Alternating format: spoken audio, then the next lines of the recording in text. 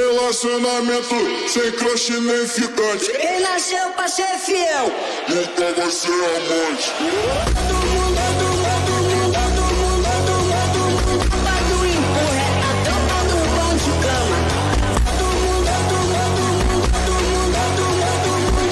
empurra do bom de cama.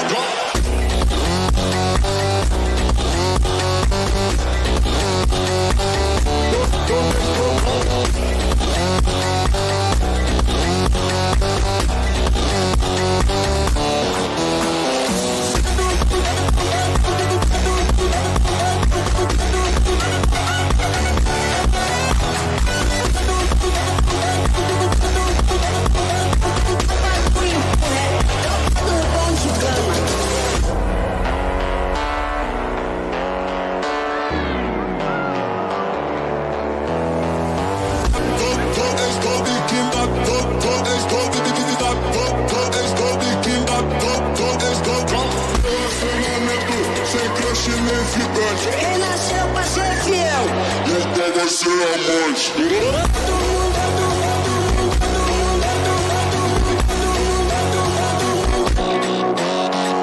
Relacionamento sem crush nem ficante. Quem nasceu pra ser fiel nunca vai ser amante.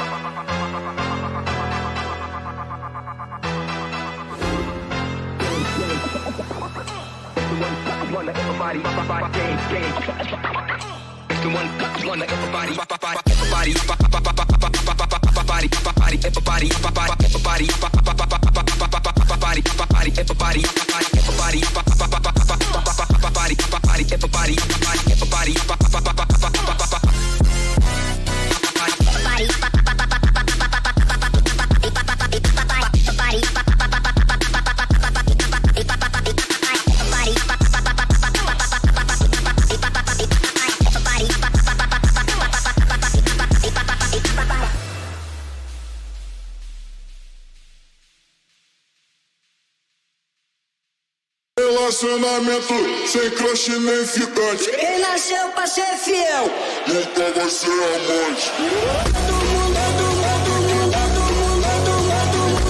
do empurra a tropa do pão de cama. Todo mundo do empurra do pão de cama.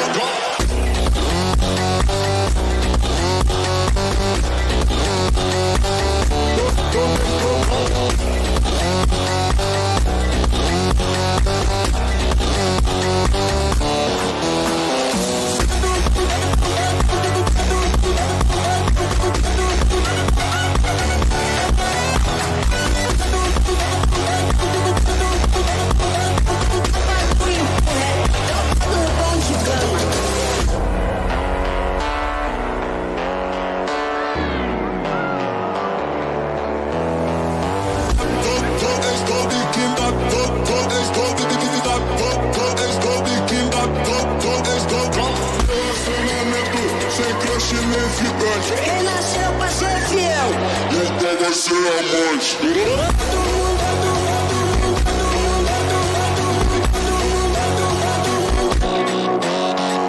Relacionamento sem crush nem ficante. Quem nasceu pra ser fiel nunca vai ser amante.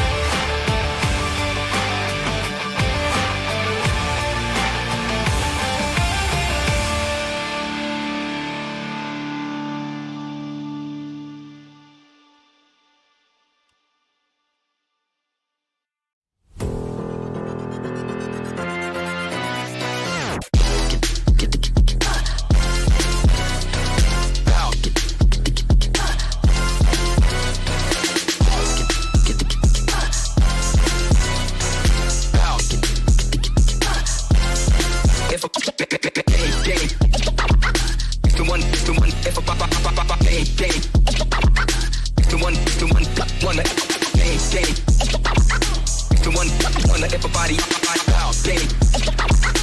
The one wonder if a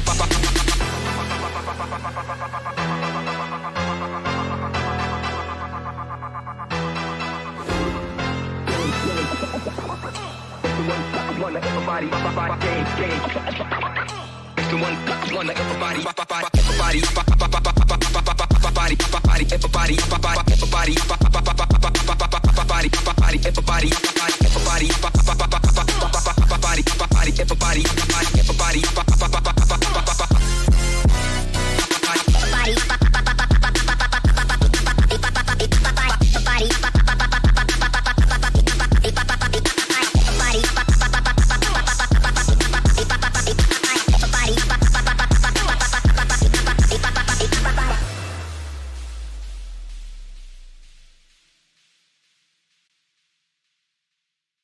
Relacionamento sem crush nem ficante. Quem nasceu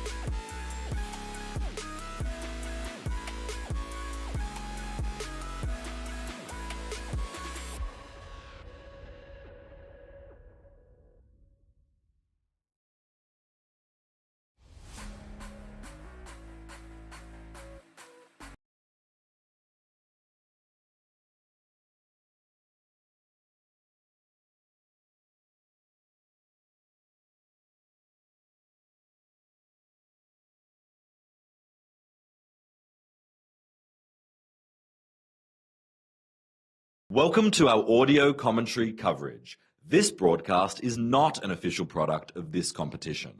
Aaron Ramsdale, Malik Fior and Park Seung-soo, both Soo and Ramsdale in line for debut if they're to make it onto the field for Newcastle today. Aston Villa's bench is Lemaire Bagade, Emiliano Buendia, Evan Gesand, Samuel Illing Jr, Jamaldine Aloba, and in case anything is to happen to Marco Bizot, it'll be James Wright that goes in between the sticks. The story between the two sides at the moment is the potential transfer of Jacob Ramsey from Aston Villa to Newcastle United. He doesn't feature in either of these sides, neither does Alexander Isak, who controversially is set to leave Newcastle over the coming weeks before the end of the transfer window. So let's have a look at the formations for the two sides. It's 4-2-3-1 for Aston Villa. Bizot in goal, Cash on the right hand side, Digne on the left hand side with Minks and Konsa as the two centre backs, Onana and Kamara as the two holding midfielders, Rodgers on the right hand side, McGinn on the left, and Yuri Tillemans playing just behind Ollie Watkins as the lone striker. Watkins, who has scored 5 goals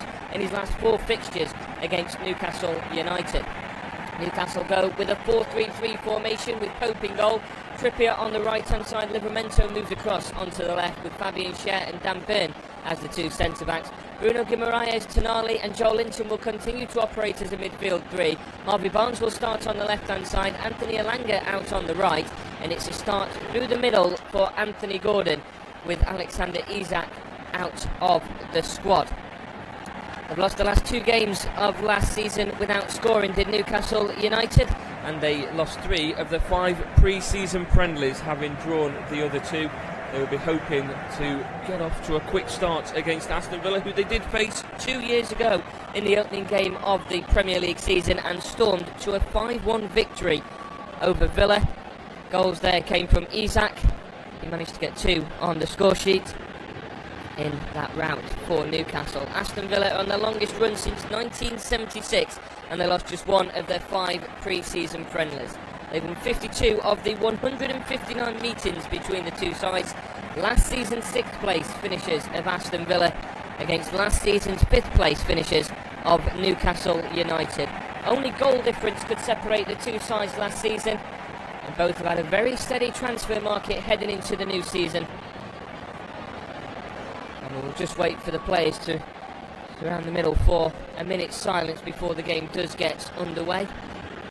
The referee for today's game is Craig Pawson, and we've just finished with the coin toss. Thank you for choosing Flashscore as your coverage of the Premier League season as we get things underway at Villa Park. But first, a minute's silence.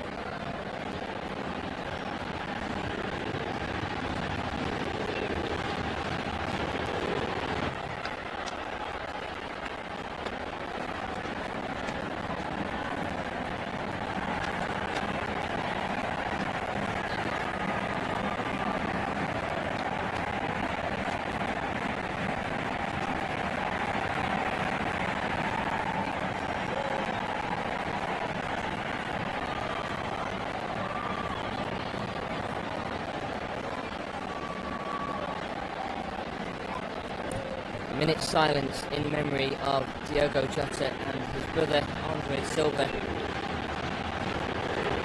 Both Aston Villa and Newcastle United supporters. The minute's silence is brought to an end by the whistle of Craig Pawson and met with a standing ovation from both sets of supporters to cheer on their sides. Newcastle United will be the ones to get things underway for us on the referee's whistle, kicking off from right to left in the green shirts and the white shorts.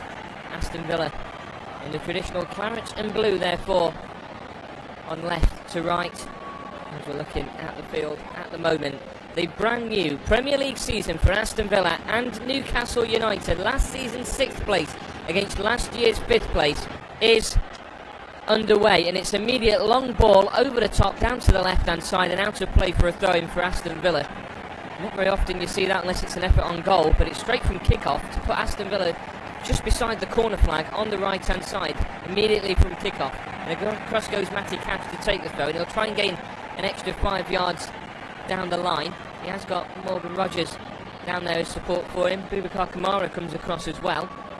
Targets down the line, manages to get quite a bit of distance on that throw, but it's headed away by Tonali, back into Aston Villa territory, away by Tyrone Mings, up towards the halfway line, and chased down the right-hand side by Morgan Rogers. Livermento's under pressure, he bundles him to the ground, and the referee gives a free kick with support from his linesman. John McGinn there thought he was going to get himself a throw, he tried to take the throw in quickly and find the run from Morgan Rogers, but Livermento went down to ground, and looking at the replay, I think that is a bit too soft, but the player gets himself between the attacker and the ball and goes down to ground, and it makes it too easy for the referee. Sometimes he can buy those quite easily, and Nick Pope will get his first touch of the season, and it'll be a free kick from around about halfway between the halfway line and the edge of his own area, out on the left hand side. Newcastle United supporters out in full volume starting this new season. Long ball up in the direction of Harvey Barnes, headed away by Matty Cash, punted further away by Kamara up towards the halfway line. Watkins can't get to it, and it's out of play onto the left hand side for an Aston Villa throw-in from Joel Linton. Taken by Matty Cash, who moves up into Newcastle's half, takes his time, allowing Aston Villa to gain a bit more stability and work their way into Newcastle's half. Throws it back into his own half to Ezri Konsa though, all the way back to Bizot. Bizot takes a couple of touches, his first touches in an Aston Villa shirt. Long ball out to the right hand side, going to be chased down by McGinn, who can't keep it in play but slips under the tarmac just beside the field. It's out of play for a throw in to Newcastle United, which Livermento will go across to take. And McGinn moving out onto the right hand side, Morgan Rogers there onto the left. They'll swap throughout the course of the game, you'd imagine, as the tackle goes flying in this time by Kamara. Ball falls now to the edge of the area, tries to find Watkins, but it's dealt with well by Dan Burn. Out up towards midfield now with Tonali. Tonali through the middle, finds the run of Elanga. Elanga's through on goal. Elanga with a chance on his debut. He's only got the goalkeeper to beat. Saved well by Bizot. He's pushed it away from the path of Joel Linton, making a run. It's out to Harvey Barnes on the left-hand side. Takes it into the area now. Konsa goes into the tackle. Newcastle wants a penalty. Konsa comes away with the ball, loses out now to Guimaraes on the edge of the area, sends it goalwards just over. It's going to be a goal kick. In fact, it's going to be a corner to Newcastle United. The referee says it took a deflection on its way through. Newcastle still saying to Craig Pawson that they want a penalty. It was almost a perfect start for Anthony Elanga, met well by the debuting goalkeeper of Marcus Bizot, who pushed it out of the path of Joel Linton, who had some space himself, making a run on the left hand side. He got an open goal if he could get there, just a couple of yards away, but pushed away well by the goalkeeper. And the effort on goal took a deflection on its way through. It was up and over, and it's out of play now for a corner on the right hand side for Newcastle United. We'll just wait till we may have a penalty. No, the referee's decided that with support from VAR it is going to be a corner. It was Tonali that went down to ground inside of the area and wanted the penalty. It was immediately waved away by Craig Pawson, quite confident in his decision, and VAR, of course, have agreed with it. It's Kieran Trippier with an out-swinging corner now from the right-hand side. Dan Burns in the box as well, in towards the penalty spot, headed towards the back post. It's going to be Anthony Gordon that gets there, just outside of the area, with Konsa closing him down. Played inside now to Guimaraes again. He slips, trying to get the ball across. It falls to Tonali anyway.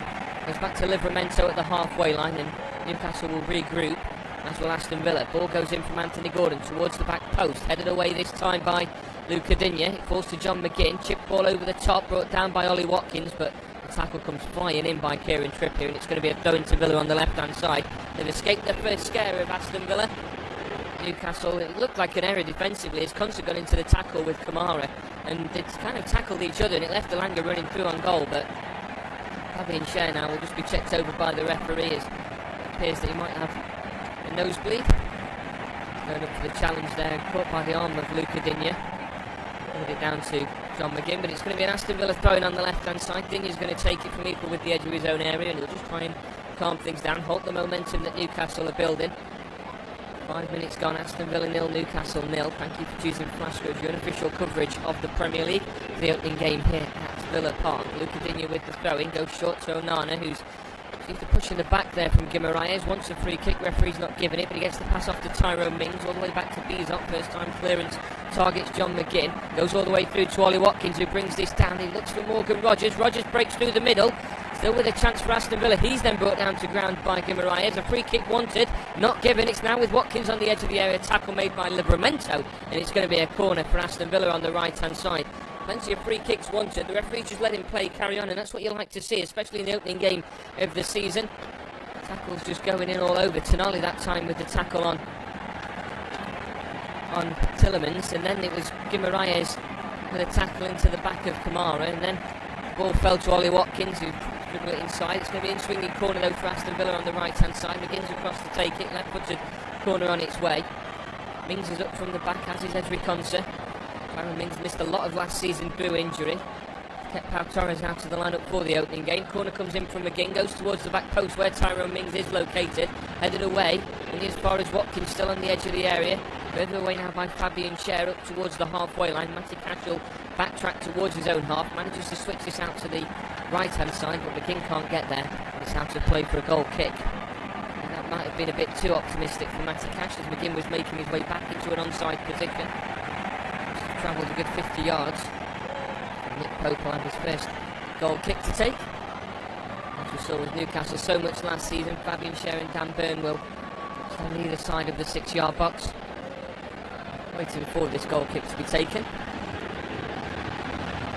He isn't in a rush to do so. Tillemans and Watkins separating the players just on the edge of the area. Goal kick is taken, upfield it goes, headed away by Kamara at the halfway line, then by Tonali back into Aston Villa's half. Referee gives a free kick, feels that Tillemans pushed in the back there on Tonali. Free kick just outside of the centre circle, inside of their own half for Newcastle United, and they expect big things with Dan Burn making his way up. A high line played by Aston Villa at the moment, just inside of their own half. Newcastle will have this free kick, and Kieran Trippier will be the one to take it. Varner's the one that stood around Dan Burn at the minute. That'll be where I expect the target to be. Trippier's ball over the top goes towards Dan Burn. It's headed down into the area. It falls to Guimaraes, sends it goalwards, takes a deflection, and Bizot dives down to his right to keep the ball in play before it goes out of goal for a corner. We'll just slow things down again for Aston Villa. Ball down on the ground. I'm not quite sure what the decision here. Referee goes across to check on Bizot and picks up the ball from him. Imagine it will be a drop ball to the goalkeeper once we are able to continue. We're just waiting for Ezri Konsa, rearranging the laces on his boot, and the ball is placed back down now for the Aston Villa goalkeeper. Plays this shot out now to Konsa. He was under pressure there from Barnes. Up it goes to John McGinn, tries to beat Livramento. Tackle made by Livramento. Ball into the middle now though for Kamara. Cross goes to Onana, through the middle, finds some space here for Tillemans, over to the left hand side, a bit too much, a bit too direct and through the middle for Rodgers to chase onto. He wasn't going to get there, it's gone all the way through to Nick Pope. Goes this out now to Tonali, who's coming short for the ball. Plays it back to Dan Burn and across to Fabian Schär, just outside of the area. Schär can take this a few yards further forward up towards the halfway line, to his right hand side now to Trippier, through the middle, first touch by Guimaraes, plays it back to Schär again just outside of the area. On his left he's got Dan Burn once more, plays it across. Where he's got some space, finds Livramento by the touchline on the left hand side. Further across it goes now to Barnes. Barnes first time pass through the middle, back by Barnes. Even this time goes for Anthony Gordon, chased down by Ezri Konsa, gets there first and plays it back to his goalkeeper. First time clearance just outside of his 6-yard box up towards the halfway line. Headed away by Schär again and then met by Onana. Back towards the halfway line, one back by Tonali. Tonali onto the right hand side, finds some space for Elanga. Elanga's up against Luca Digne at the moment on the edge of the area, tries to beat Digne. Digne's taken a deflection. Can he stop it from going behind for a corner? He does, and it's going to be a throw into Newcastle United, right beside the corner flag. Newcastle just tried on that left hand side. Harvey Barnes first pass to Joel Linton, couldn't find him. Bounced back to Harvey Barnes, who looked for Gordon, and Konsa managed to get there first. The throw now on the right hand side for Newcastle United, taken by Kieran Trippier, goes short to Guimaraes, back to Trippier, helps it back now to Fabian Schär, across to Dan Burn. He's got space, but he's had to go back into his own half to get the ball. Just controls it, he is closed down by Ollie Watkins, now to Barnes on the left hand side, brought down to ground by Matty Cash, and a free kick now to Newcastle again. Joel Linton goes across to take it. He'll take his time, allow Dan Burn to get up again. Fabian Schär will do so as well. Newcastle can be a threat from set pieces. Plays it short now to Byrne, then across to Fabian Schär. Across to the left-hand side again for Joe Linton. Up against Matty Cash, helped out by John McGinn. Joe Linton finds him run on the left-hand side for Livramento, brings this down. Livramento back to the edge of the area. Barnes gets across in towards the middle, a free header for Anthony Gordon. But he couldn't direct it on target, and it goes over. Going to be a goal kick now to Aston Villa. Well worked down that left-hand side, Livramento and Harvey Barnes. Harvey Barnes found himself in way too much space on the edge of the area. He was waiting to be closed down by Kamara, and it led to Anthony Gordon getting a free header in the middle, but it'll be a bit better than that if you're getting those chances in the middle. Couple of early opportunities for Newcastle United, opening 10 minutes, nothing to show for it at the moment though, as the goal kick goes up towards Ollie Watkins, headed away to Digne, out to Kamara. Kamara beats his man with the first touch, continues his run into the area. He's then gone down to ground, wants a free kick. Referee's waved away as Newcastle come away with the ball. It's Schär onto the right hand side now for Trippier, who loses out on possession to Onana. Plays this back to Boubacar Kamara. Across through the middle it goes to Ezri Konsa inside of the centre circle. Aston Villa regained possession. A good run being made by Morgan Rogers on that left hand side. Coming up against Fabian Schär, felt that he was unfairly brought to ground, but Pawson confident with his decision. Gordon over the top now for Guimaraes, headed won by Luca Digne. Goes to Onana all the way back to his goalkeeper. Gordon's going to continue his press as it's played out right to Matty Cash. Closed down by Harvey Barnes, goes wide with the ball, plays it down the line for John McGinn. Holds this ball up against Livramento, inside pass now for Kamara. Still inside of Aston Villa's half at the moment, now to Onana, long ball over the top to the left hand side, headed away comfortably by Fabian Schär, down to Kieran Trippier, who brings us down control, now to Guimaraes, out to Elanga. Elanga's got space to make a run down that right hand side, instead goes through the middle back to Guimaraes. Tackle comes in from Onana, and Aston Villa now win it back inside their own half. Now to McGinn, out to the left hand side, Tielemans controls possession, through the middle, McGinn gets there up against Ollie Watkins. Watkins appeared to have tackled the Aston Villa captain. It's given possession back to Newcastle. Now to Livramento on the left-hand side. Still Harvey Barnes alongside him on the edge of the area. Barnes through the middle, too easy for Konsa. Tackle made by Joe Linton, and it's back to Barnes. Across the middle it goes towards Gordon. Falls to Elanga, back across the middle and away by Konsa. I think Elanga will feel like he should maybe have gone on goal for that. Again, a free player at the back post. Newcastle finding themselves in plenty of space in the danger areas of Aston Villa. Now back to Pope. Back to Schär. He had a good chance and he played it back across the 6-yard box, hoping that maybe Gordon had readjusted himself from landing after going for the header. Now for Byrne, back across to Fabian Schär. Back inside to Byrne. Nothing to the left-hand side for Harvey Barnes. Down by Matty Cash over the top. It goes for Anthony Gordon, who isn't equal to the idea, and it goes through to Bizot again. Bizot rolls this out short now to Konsa. Takes it to the edge of the area. Plenty of time to do so, and plenty of space to move further upfield if he chooses to do so. Right inside he still has Matty Cash. Goes through the middle for Onana. All the way back to Bizot again. Just outside of the 6-yard box. Left-footed clearance out to the left-hand side. Ollie Watkins is pushed to the ground by Dan Byrne, and a free kick is given just inside of Aston Villa's half. He'll quickly get back to his feet. He was going to bring the ball down, and Byrne, I think it was pretty silly on his part. He knew that Watkins was going to go down. He just helped him on his way.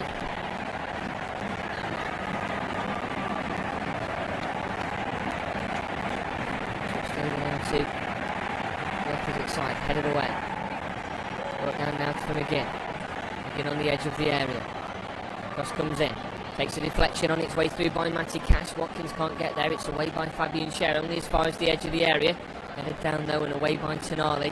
Back into Aston Villa's half, and it's going to be chased down by Elanga, but Tyrone Mings has to help it on its way, and it's out of play for a throw-in now to Newcastle. Elanga takes this quickly to Anthony Gordon. Newcastle still players down at the moment. Gordon turns back on the ball and plays it to Guimaraes, out to Kieran Trippier, but they've got possession inside of Aston Villa's half. Now to Elanga, inside to Guimaraes. Elanga then tries to make the run down the line. He's brought to ground by Luca Digne, says the linesman, and the referee will take the support from his official and give a free kick by the touchline for Newcastle United in a dangerous position. Kieran Trippier, we know he can cross them from well, any distance really, but from these sort of distances, around about 35 yards out, Dan Burn and Fabian Scher have made their way into the area. There'll be an additional threat from these set pieces. Jolinton and Mariah's all around there as well. Gordon's lurking on the edge of the area. Good chance here for Newcastle United out on the right-hand side. It looks like the match that Aston Villa have got is Matty Cash marking Dan Burn.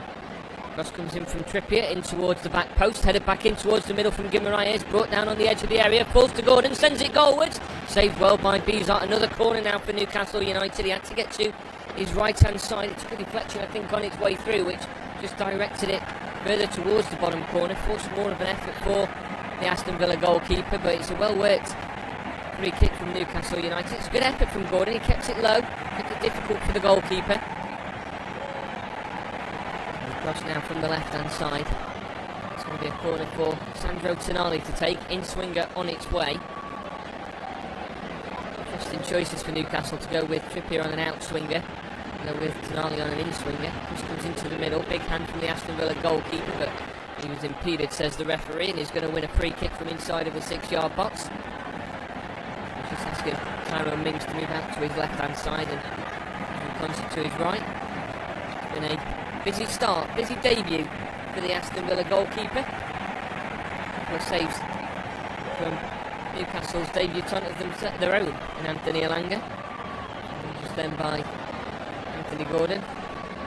Usually plays out on the wings, but without a clear striker up to the standard that Eddie Howe expects. Anthony Gordon got the nod today. Free kick taken, headed on by McGinn into the path there of Ollie Watkins. Helped all the way back by Fabian Scher, which means Pope can't pick the ball up. Plays it out to Trippier. First touch inside to Scher. Ball over the top, headed away by Concert as far as the middle of the park, and it's won by Tonali. Brought down now by Kamara again. Kamara onto Onana on the left hand side. He's waiting for the run by Rodgers. He doesn't get it, so Onana will take a breakaway on the left hand side himself. Luca Digne now comes across for support. Instead he plays it back for Kamara. Kamara just outside of the centre circle, plays it across to Concert. He's got Cash to his right hand side. He's looking for support through the middle. Has to go to his left to Tyrone Mings, but Aston Villa now all inside of Newcastle's half. Now to Onana again. Through the middle for Watkins. Dealt with well by Scher. Late tackle by Watkins though, states the referee, and it's going to be a free kick just outside of Newcastle's area. It's going to be Nick Pope that goes across to take it. I'm not sure if he's going to go for the short option here. It was dealt with well by Scher. It was just a late tackle. The Aston Villa player stretched out his right foot to try and get there first. Fabian Scher is going to take the free kick on the edge of the area. Pope stands off to his left. Further to his left he's got Dan Burn. That's who he opts to play the ball to. And then out to the left hand side now. Chance of pass to Livramento is gone, but he plays it over the top for Anthony Gordon, running into the channel with Tyrone Mings, but all the way through to the Aston Villa goalkeeper again. We'll just slow things down again on the edge of the 6-yard box. Ball to the ground. He's going to be closed down now by Gordon. Plays it out to Ponsa before the pressure gets to him. Just turns back on the ball and goes back to his goalkeeper. Gordon again continuing that press, but now the 3-man press continues for Newcastle United as well, and he's had to play it out to Luca Digne, who's beside the corner flag and has to just get rid of the ball. Dealt with by Tonali. Away again by Digne, but he's hooked the clearance and it's fallen back to Tonali. Now to Elanga on the edge of the area. A chance for Newcastle. Cross comes in. Blocked off the back of Tyrone Mings. Elanga thought it caught his hand. The referee said no. Away by Morgan Rodgers, but it's only as far as Guimaraes on the edge of the area. Now to Jolinton, out to the left hand side. Harvey Barnes is there. He's got support by Livramento. Goes back to Livramento again, and then back down the line for Barnes. Still got Jolinton alongside him on the edge of the area. Can he get a cross in? Twisting and turning. Matty Cash expected him to continue his run down the right hand side. Livramento gets a cross in. Loses his foot in on the cross, and it goes into the comfortable hands of Marcus Bizot.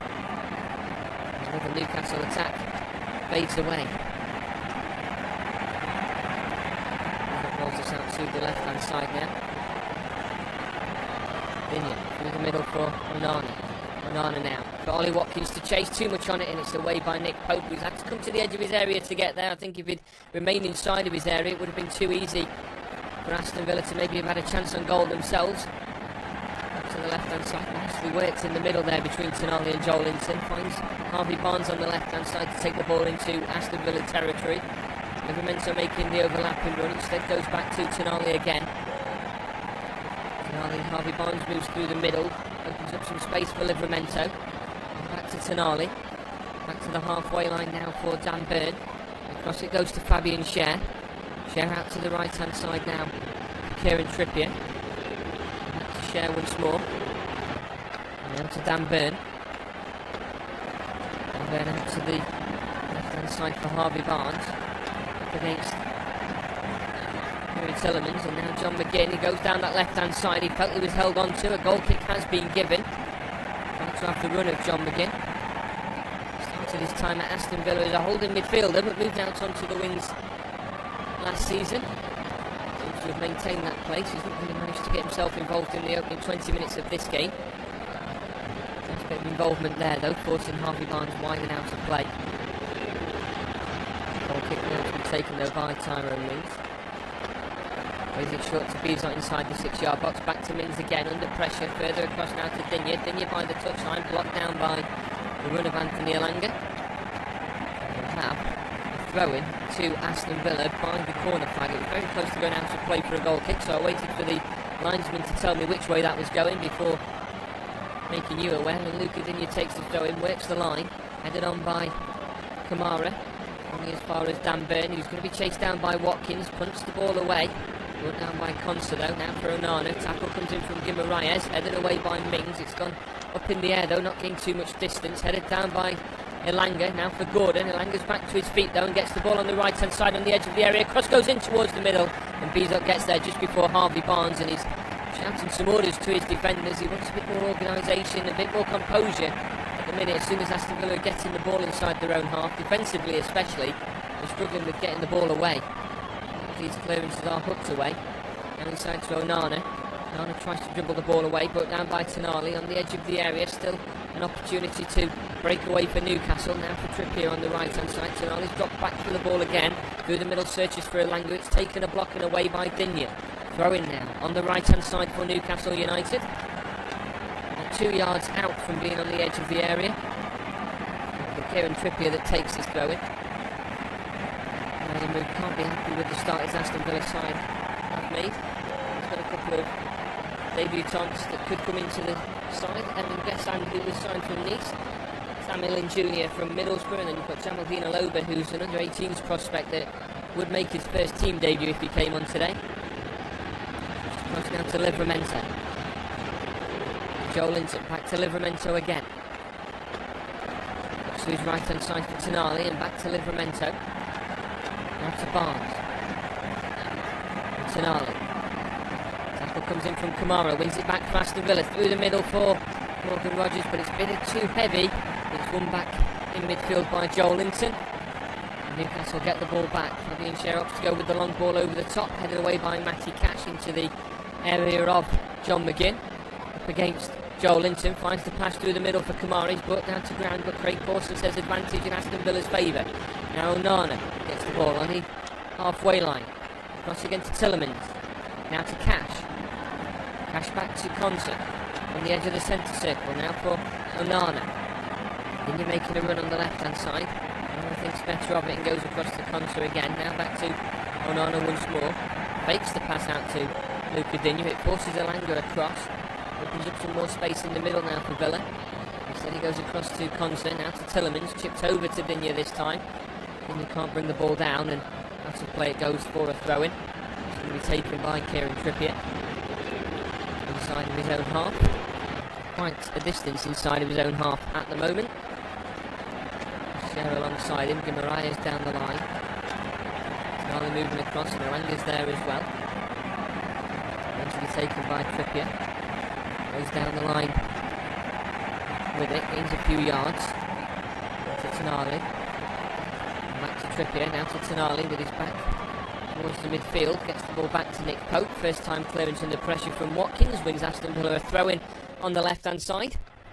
High press now. Aston Villa is starting to deploy inside of Newcastle's half, forcing the Magpies onto the back foot. Will be taken by Luca Digne though. the edge of the area. Aston Villa players making themselves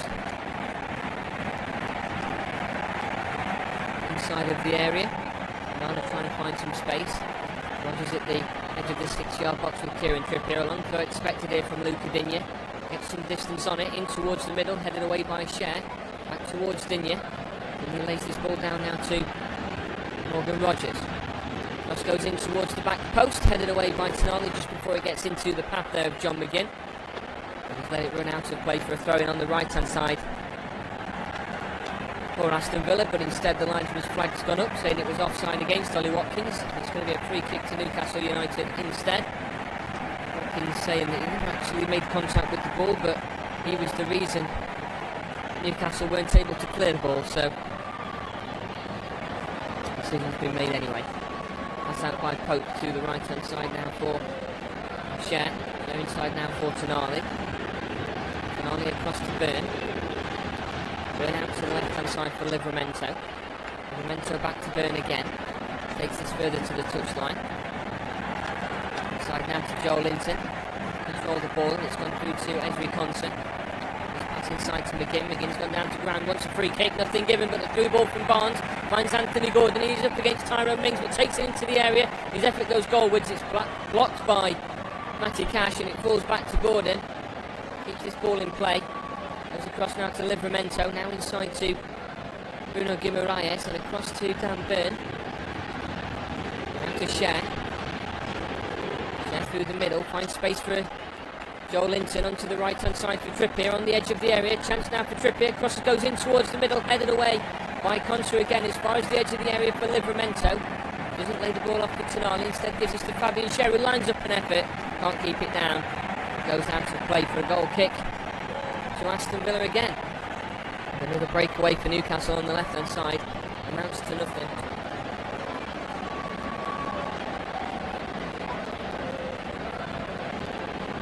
Feels like a wasted chance there by Fabian Cher. The goal kick now to be taken by Bizot inside of the 6-yard box. Moves to his left, Ramsey to his right. Looks like he's going to go further afield with the goal kick. Does, and spreads this out to the right-hand side. It's going to take a bounce before going out to play for a throw-in to Newcastle, just inside of their own half. And Livramento throws this short now to Dan Byrne. Across it goes to Fabian Cher. And out to the right-hand side for Livramento. Now for Trippier. Now Elanga. Elanga inside to Tonali. Over the top by Trippier, chased down by Elanga as well, who stumbles on the ball, and out of play it goes for an Aston Villa throw-in on the left-hand side.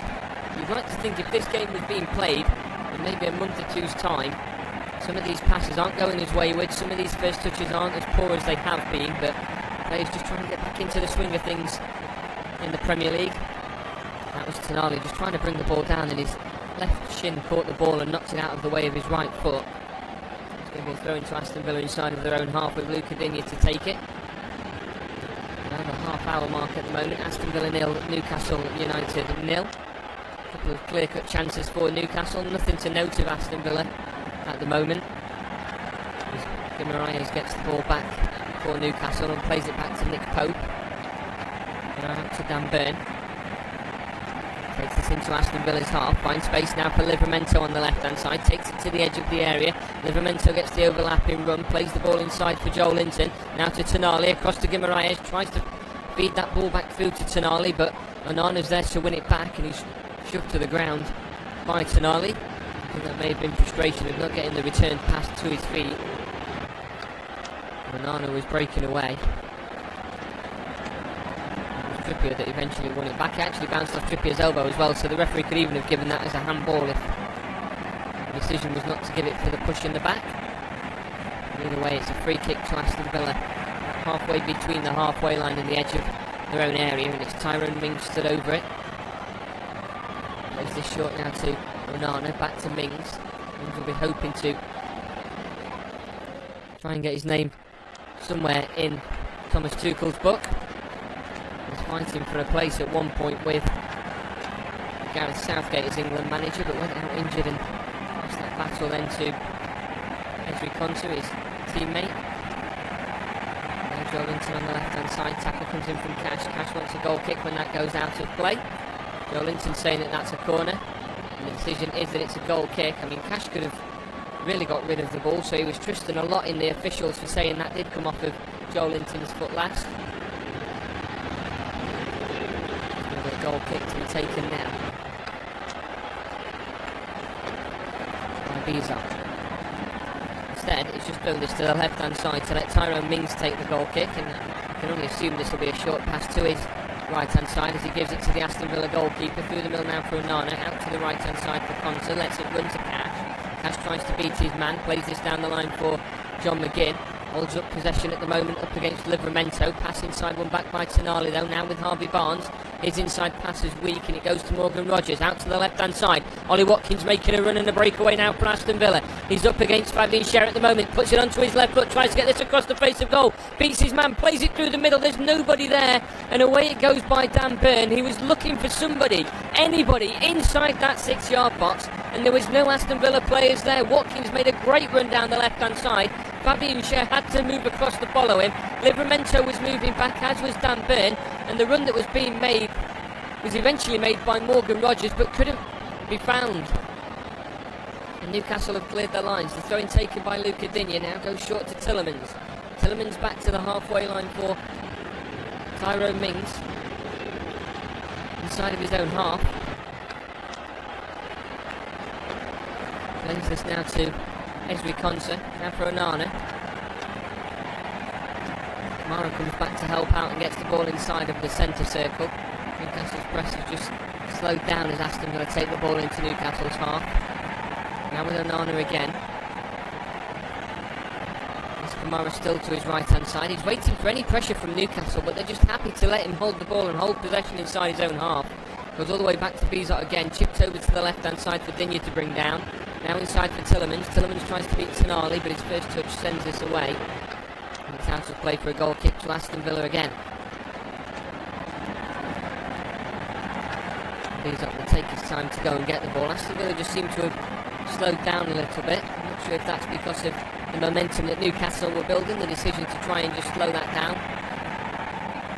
Whenever Aston Villa have got the ball, they're not looking for these immediate passes. They're very patient. Newcastle are allowing them to be so. The goal kick now taken by Bizot. And going up at the halfway line. Goes route one with the goal kick. Headed on by Tillemans. Down by Rogers, but Trippier gets there on the heavy first touch and sends this ball forward towards Harvey Barnes. He's been let run all the way back to Bizot. He wants to go into his area before picking this up and rolls it out now to Tyrone Mings. Mings through the middle for Onana. Onana now for Rogers. Tackles comes in from Tonali. Tonali wins it back and finds Elanga on the right hand side. Back inside now for Tonali. And back to Elanga again by the touchline. He's got Guimaraes lurking on the edge of the area. Gordon's in the box. If he can get a cross away, he does get the cross in. It's a low cross and it's dealt with by Konsa. Brought down again by Ollie Watkins. Makes this off for Tillemans. Breaks away on the left hand side now with Morgan Rogers. Watkins is there for support again, makes his way through the middle. Ilanga's there as the ball goes over the top and no one's making a run through the middle, and all the way it goes through to Nick Pope. Rolls this out immediately now for Livramento. Makes his way into the opposition half. Down the left hand side now for Harvey Barnes. Livramento continues his run, but Newcastle back inside of Aston Villa's half. Harvey Barnes through the middle now for Joel Linton. Cross into the box, headed away by Konsa again. He's going all the way through to Anthony Gordon this time. Passing from John McGinn. Gives possession away on that right hand side. John McGinn has had absolutely nothing in this first half so far, and that's credit to Livramento. Anytime that McGinn's had the ball, he's had to get it out from under his feet. It's forced him into errors, and it's allowing Newcastle to win possession too easily as Elanga dribbles this inside and wins a free kick. And I think we might see a yellow card now for Luca Digne. It's not his first foul as the referee goes over to check on Elanga. He's just given a talking to Luca Digne. No yellow card at the moment. That's a couple of tackles that has brought the new Newcastle player down to ground. I'd say at the moment Elanga is getting the better of Luca Digne and Livramento is getting the better of John McGinn. So important battles where players are trying to create something. Both going in Newcastle's favour at the moment, and Kieran Trippier stood over this free kick. Again, players up from the back. Both centre halves for Newcastle are in the area. Joe Linton's in there as well, as is Bruno Guimaraes. Sandro Tonali will lurk on the edge of the area.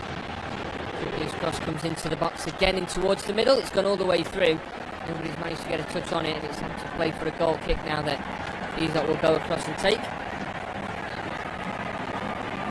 I was just saying that he thought somebody may have been trying to gamble on no Aston Villa players winning the ball. They've definitely got the height advantage of Newcastle. You could say that over most sides that are in the Premier League this season. From set pieces, you'd really expect them to be a threat with both Dan Burn and Fabian Schär as the centre-backs. I'm surprised that Aston Villa have tried to utilise that long throw option early on in the left-hand side. Players start to move away from the area again as Bizot's goal kick goes up towards the halfway line. And then down again. Tielemans tries to get there. It's out to the right-hand side though for Trippier. Now Tonali. Trippier again takes a heavy touch, and it's going to be chased down that left-hand side. Kamara's going to try and watch this out of play. Trippier gets there and stops it out of play for a corner. It's going to be a throw-in on the left-hand side. Trippier just needs a moment before Aston Villa can take this throw-in. Back to his feet now, and it's going to be a long throw by Luca Digne. Trippier lead in a moment. It's actually worked in Villa's favour as Tyrone Mings comes up into the box, and Henry Consa's there as well. Matty Cash drops back towards the halfway line. One player back for Villa at the moment. And this throw goes into the box, caught and held well in the area by Pope. Pope looks out to his left-hand side again and rolls this out now to Dan Burn. Dan Burn goes up towards the halfway line, pass inside to Joe Linton, now to Tonali. Tonali out to Guimaraes, now out to Trippier. Trippier down the right-hand side for Elanga. Elanga lays this ball off for Trippier again. Back inside now for Guimaraes. Turns back on the ball, is up against Tielemans again, down to the right-hand side. He's got Elanga. Elanga tries to beat his man and does so. He's got the better of Digne again. He's needed support though this time, and eventually it's there by Youri Tielemans, who wins it back for Aston Villa. McGinn takes us to the edge of his own area and has to play it back to Tyrone Mings. And then across it goes now for Kamara. Kamara makes his turn away. Brought down to ground, and it's going to be a free kick to Aston Villa. But a breakaway again by Elanga on that right-hand side. He's had the better of Luca Digne at every turn. It was just all too easy to dribble it inside this time. And he needed help from Morgan Rogers and from Amadou Onana. Elanga was surrounded by three players, and he's really settled into this Newcastle United side as Anthony Elanga. In the last season, you've seen a lot of Newcastle swapping and changing with the wingers. Murphy, one of those as well, that's been involved in the shake-up. He had quite a good start to the season last year, did Jacob Murphy. Harvey Barnes, of course, as well, with Anthony Gordon in the mix. I think, as it stands at the moment, Elanga really has made a very strong shout for being one of the first names on this Newcastle team sheet. Towards the halfway line now. Tielemans lays this off. Back to Onana again. Out to the left-hand side for Luca Digne in the opposition half at the moment. Brings it down for Onana. Then Kamara just outside of the centre circle. Kamara chipped over to the left-hand side for Luca Digne. Brings this down by the touchline, over the top to Onana again, now to Rogers. Rogers by the corner flag, won back by Schär, and he keeps it in play. Now to Guimaraes. Guimaraes into his own area, plays this back to his goalkeeper. First time clearance by Pope, forced by the press by Aston Villa, and headed away by Tyrone Mings. Only as far as Kamara. Kamara under pressure, nearly loses out by Tonali, but Mings there wins it back for Aston Villa again. Over the top it goes. There's a chance now for Ollie Watkins, who I think was offside. And he was, the flag goes up, but of course with the ruling and VAR intervention you have to wait until the run of play has ended. He's done so on this occasion for Ollie Watkins. Would have been a corner. I think, looking at it, that's the right decision. Ollie Watkins was quite far offside by that point. Now the free kick's taken out to Harvey Barnes. Plays this back to Livramento. Livramento up towards the halfway line to Guimaraes. Heavy touch beats Morgan Rogers, but it doesn't beat Onana. And his tackle plays this all the way back into the goalkeeper's path. Away it goes now to Trippier, over the top to Elanga. Elanga was never going to get there, even though he was in an offside position. Still didn't have enough pace to get there in time of it going through to the Aston Villa goalkeeper. Flag stays down, Aston Villa continue with the ball. Now with Consa. towards the halfway line again. Comes through the middle. There's a run being made, and it's been chased down on that right-hand side by Yuri Tillemans. Tackle comes flying in from Dan Burn. It's going to be a throw in now to Aston Villa in a dangerous position on the right-hand side. I want to say dangerous position because Luca Digne's throw-ins into the box. If he comes across to take it, it will be a danger. Tackle by Dan Burn. Tillemans was making the breakaway. Digne hasn't come across for it. Instead, it's going to be Cash that takes it. Throws it short now to Concert. Concert through the middle to Kamara. Now back to Mings on the edge of the area. Mings ball over the top, finds Cash, brings this down nicely. He's up against Livramento at the moment. Left foot across, comes in from Cash, goes goalwards. Caught and held well by Pope. He's going on target inside the 6-yard box. It is held well by the goalkeeper. Pope just puts this down on the penalty spot. Now Aston Villa press. He gives it out now to Dan Burn. Now the pressure starts to mount. Out to Livramento. Upfield it goes. Tackle comes in against Harvey Barnes. Brought down by Tonali for Gordon. First time flick on attempted by Gordon. Doesn't get all the way through, and Dan Burn brings this back down now for Newcastle. Plays it back for Joelinton. Just to turn back on the ball, and inside it goes to Tonali. Right hand side. Played down by Trippier. Now for Elanga. And Gordon now for Guimaraes. Tries to get his pass away. Run back though by Tillemans in the middle. Newcastle wants a free kick. It's not being given as Aston Villa come away with the ball.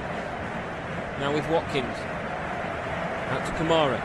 Through the middle, finds some space for Nana. He has to stretch a leg out to get there ahead of Anthony Gordon, but stops the quick fire attack that Aston Villa were creating. They're still in possession. They're back to patient football at the moment as Digne plays it back to Mings, and across to Concert it goes.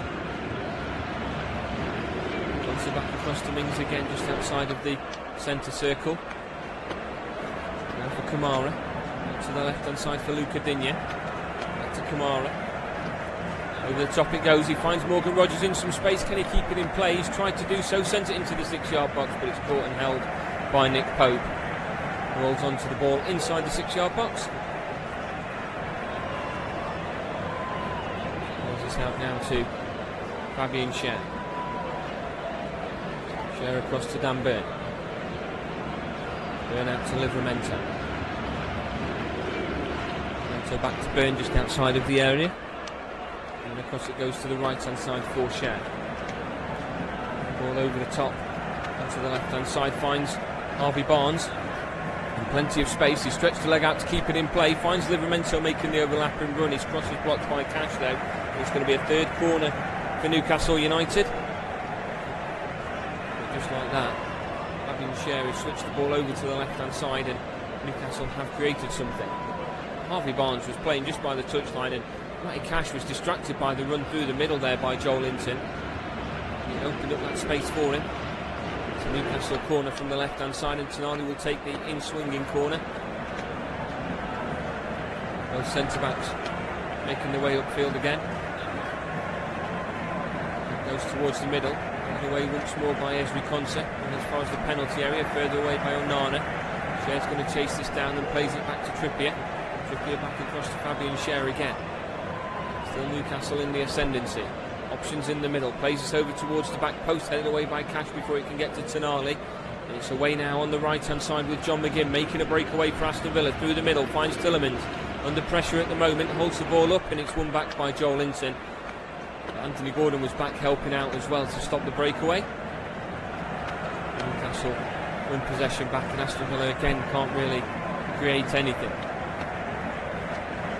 To Joelinton, puts his foot on the ball, and the tackle comes in from Tillemans. Free kick's been given against the tackle though. He feels like he's just won the ball, and because he's won the ball, Joelinton's lost out on balance. And I think the referee's made the right decision looking at that replay. I think he's caught the ankles of Joelinton on his way through.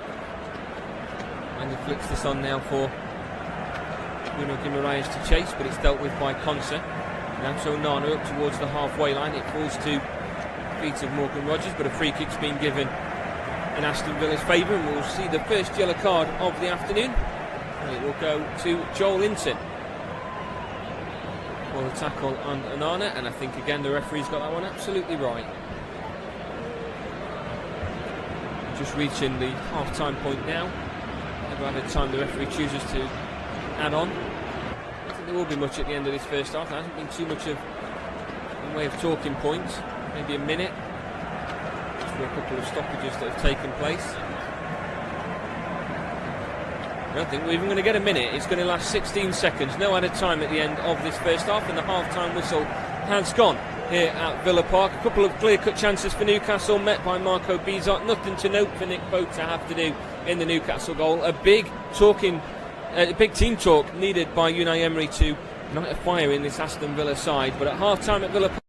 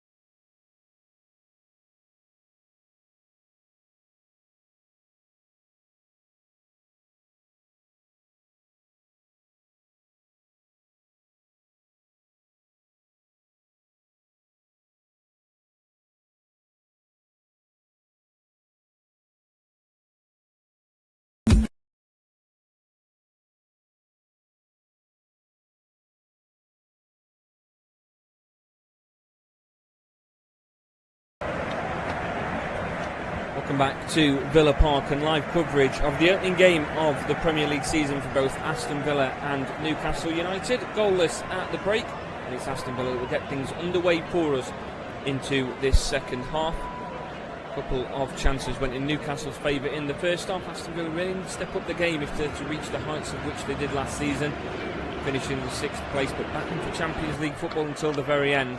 Ollie Watkins gets things underway, going all the way back to Ezri Konsa. Now to Tyrone Mings onto the left-hand side for Luca Digne. The one debut for Aston Villa being handed in this game. We've got a couple that could make a debut from the bench. It's Marcus Bizot, who has been quite busy throughout this first half.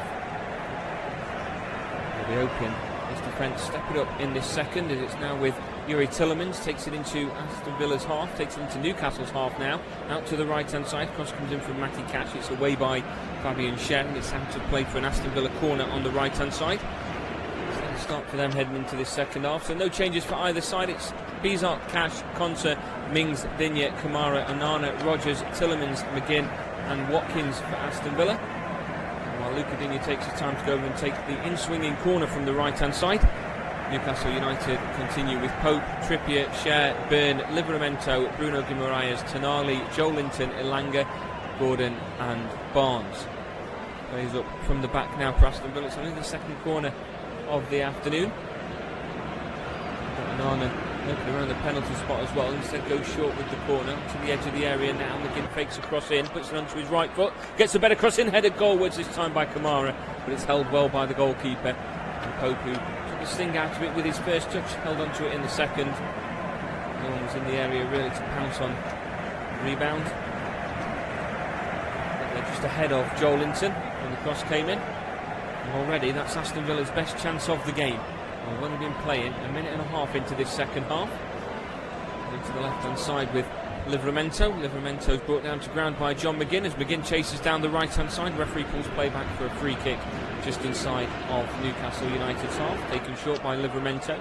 Switched out to Fabian Schär on the right-hand side. In that first half, John McGinn just couldn't seem to get anything going on that right-hand side.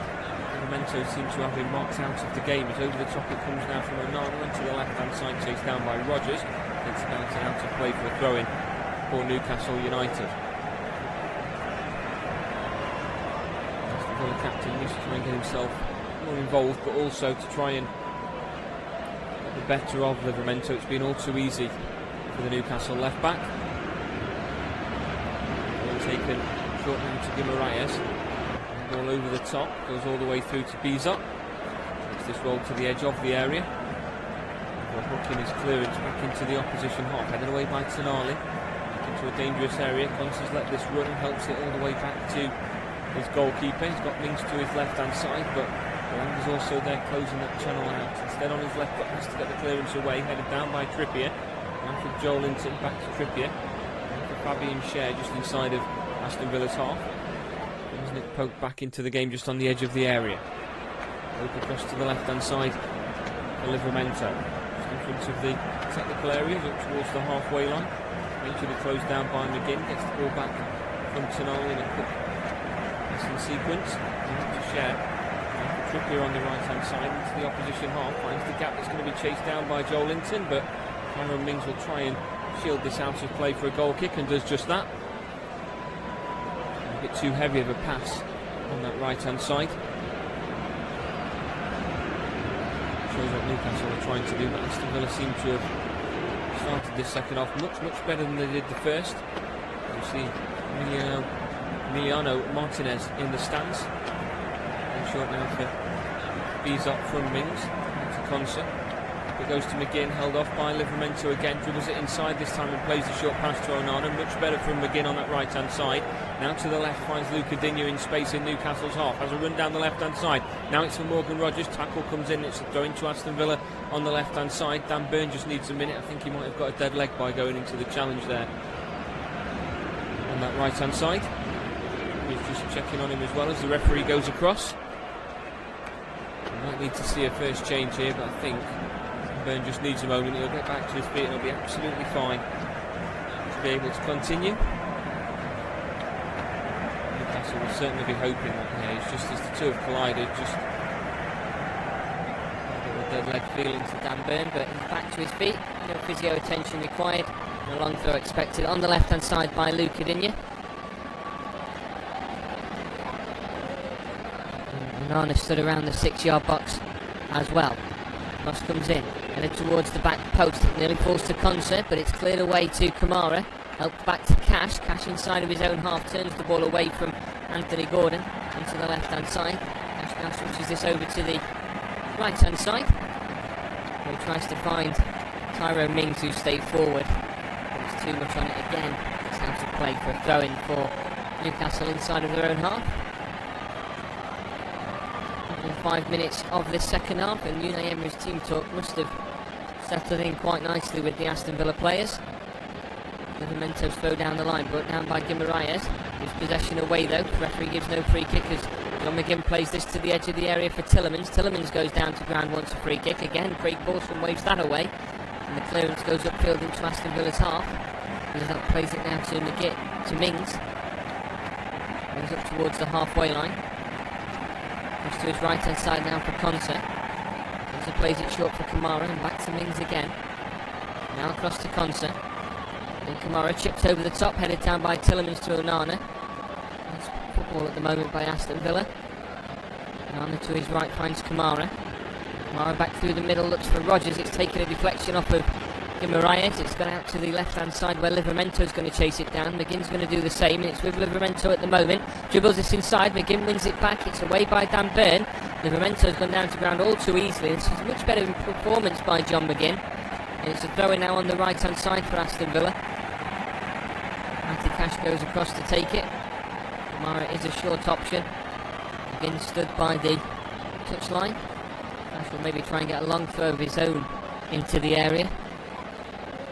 Tyrone Mings has come forward for it as well, so perhaps this is another strategy that Aston Villa can utilise on either side of the field. Instead he goes short to Kamara, back to Mings. Into the box it goes, it's a steady pass to Tillemans, just on the edge of the area. Now back to Cash. Cash goes back to Kamara. And all the way back to Beezer.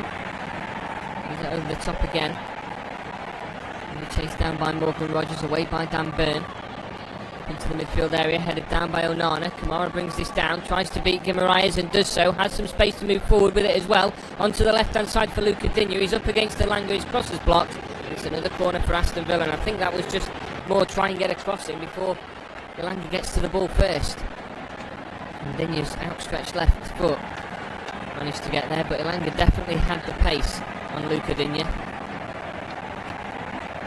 Tillemans now goes across to take this corner. A round of applause from the home supporters behind the goal. He applauds back. Mings and Consa make their way into the area. More defensive work for Newcastle today. There's options in the box. Plays this short. Still a chance for a cross in towards the middle. There's no Aston Villa players in the 6-yard box. That is a superb cross. It's one of the better crosses you'll see in the opening weekend of the Premier League, I'm sure.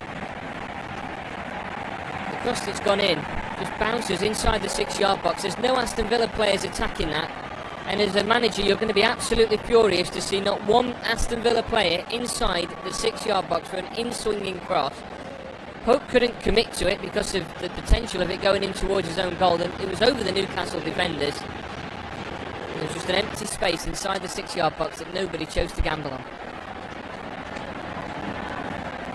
Pope's goal kick, it's out of play for a throw into Aston Villa on the right hand side. Cash takes it 20 yards down that right hand side. He's getting the throw in now inside of Newcastle's half. He's targeting Morgan Rodgers in the middle. So another short option this time round though. Doesn't have one. It's towards Rodgers just outside of the area. Takes another touch and brings it past Sandro Tonali, then beats Joel Linton and goes down to ground. Wants a free kick, nothing given. It's out to Harvey Barnes on the left hand side, has to go back to Livermento, and Newcastle can't make a breakaway on the left hand side. Switched over now to Kieran Trippier, who's under pressure from Rodgers, and on it goes. Elanga keeps it in play, then manages to knock the ball away from Onana.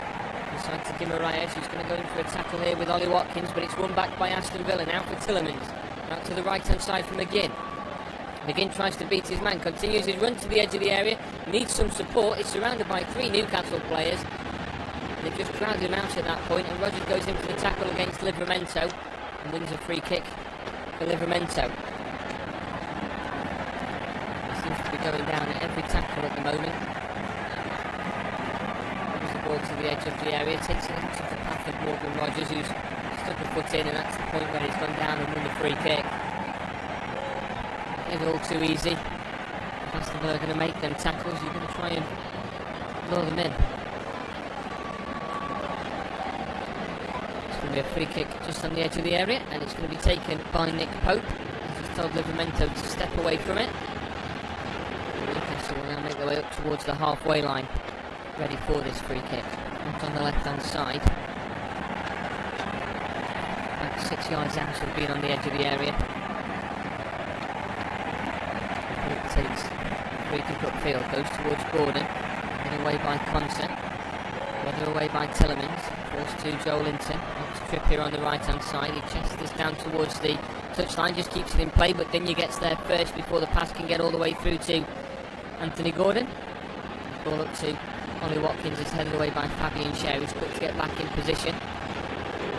Digne gets back to taking a throw in from just inside of Aston Villa's half.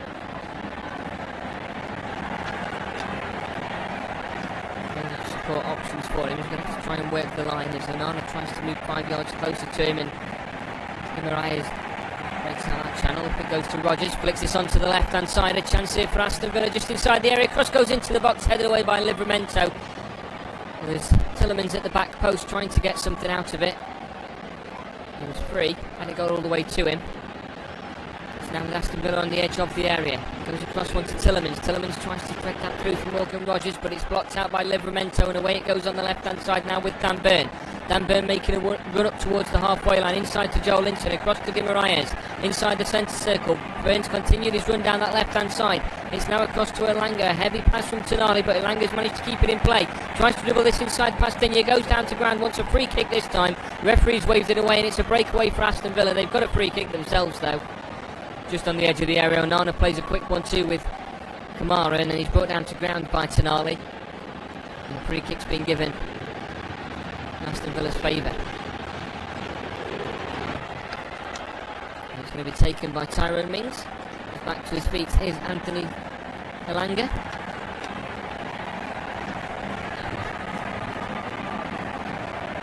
He's plays this across now to Conte.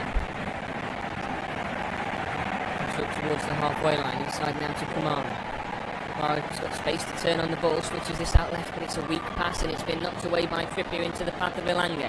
Now for Tonali, tackle comes in from Rogers, still with Tonali, finds the pass again to Elanga, who goes down to ground, and it's a free kick to Newcastle in a very dangerous position. A yellow card for Kamara for his troubles as well.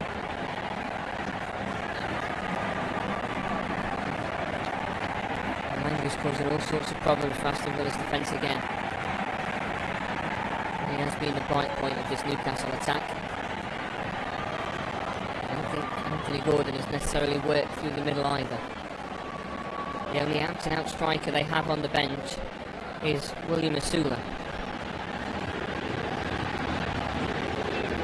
If they chose to change anything around and get a bit more involvement from the lone striker. Stood over the free kick at the moment are 4 Newcastle United players. I was just told Aston Villa defence how far he actually wants this line to sit. It might be Trippier that's going to take the free kick, as he's told Anthony Gordon to step away.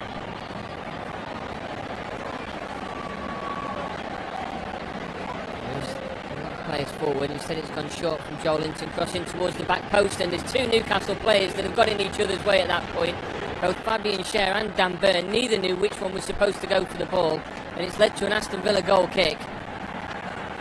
But that looked for a moment like it was something straight off the training ground, but it required more practice. A short pass from Trippier, the long ball over from Joe Linton, and 2 Newcastle players, both in plenty of space of Aston Villa players, just getting in the way of each other.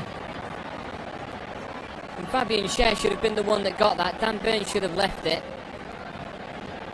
Fabian Schär was facing the goal. Dan Burn with his back to goal, still making the run. Certainly didn't quite pan out just how Newcastle maybe had that planned on the practice field. Now for Kamara. Cross to Konsa.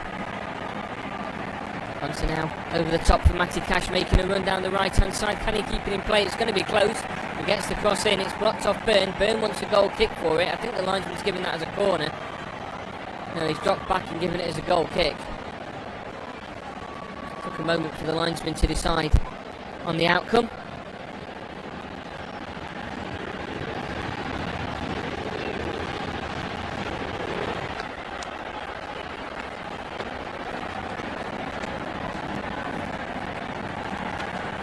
Yeah, it's just come off the heel. Looking at the replay, it's come off the heel of Matty Cash. It's a good tackle from Dan Burn to win his side. Goal kick as well. It's going to be taken by Pope, and he's got the short options alongside him. I think this might be another one that goes further afield. And it certainly does. Targets towards Anthony Gordon. Takes the bounce past Tyrone Mings, goes all the way through to Beasley, who I think has landed rather awkwardly after going up for the ball. I think the referee's going to give it in favour of Aston Villa as a free kick. Not sure, I think the free kick's quite harsh. Mings has just gone up for the ball. It seems like his back's gone into Anthony Gordon. But because Gordon's not made an attempt to jump, I think that's where the referees decide to give the free kick in Aston Villa's favour. Still quite far out from the edge of the area. Just past the hour mark. Still Aston Villa 0, Newcastle United 0. Thank you very much for choosing Flash Guys, your unofficial coverage of the Premier League this afternoon, bringing you coverage of the 3 o'clock games as well, including Sunderland's first game back in the Premier League for 8 years. Across to Konsa, up towards the halfway line. Konsa back across to Mings. Mings out left for Luca Digne. Digne beats his man. Ahead of Ilanga this time. Inside he's got Kamara for support. Plays the ball across to him, down to Onana.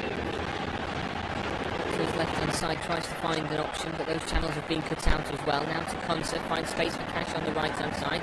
Harvey Barnes drops back to follow him. And back to Konsa again. So inside now for Mings, just outside of the centre circle. Mings across to the left hand side for Digne. Digne back inside for Onana. Onana back across to Konsa.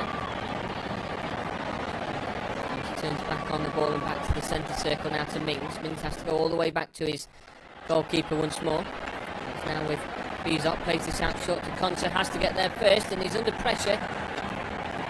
Tackle from Joel Linton gives the ball back to his goalkeeper. Still Tonali's making the run, but the referees pulled things back now. Tonali stop that run. He has. He's given it as offside. Just outside of the centre circle. Tackle from Harvey Barnes was in an offside position, says the linesman. Now for Tyrone Mings. Across to Konsa.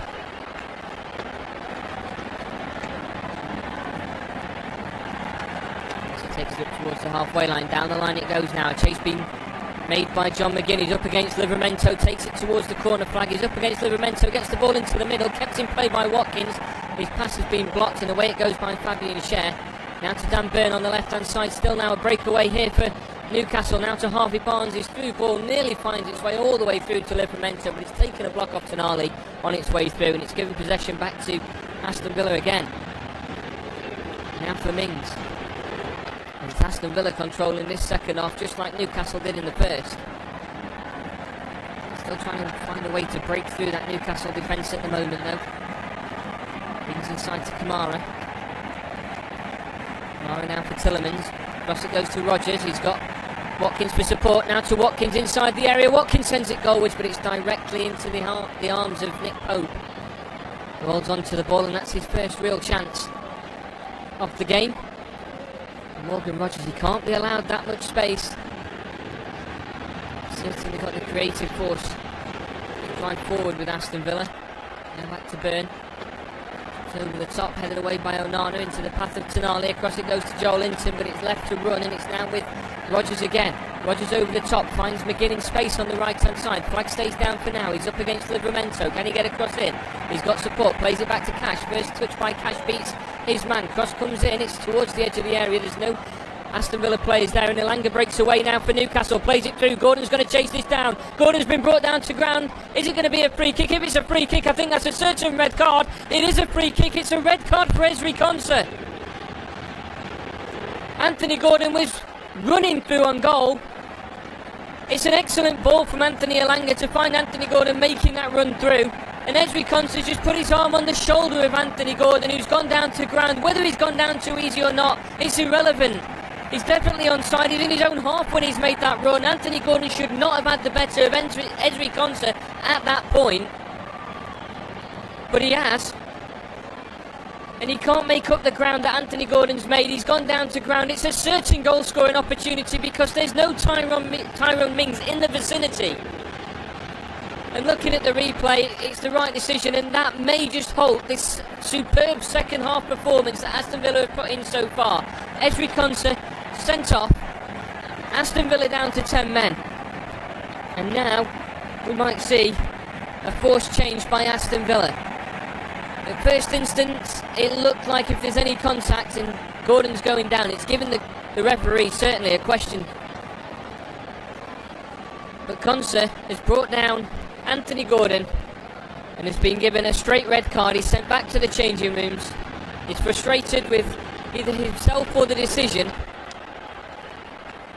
But if Craig Portman's given a free kick in that situation, he has no choice other than to send off Ezri Konsa.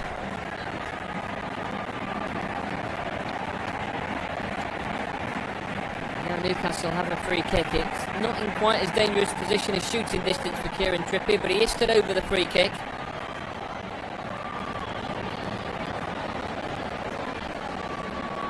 I'd say around about 30 yards out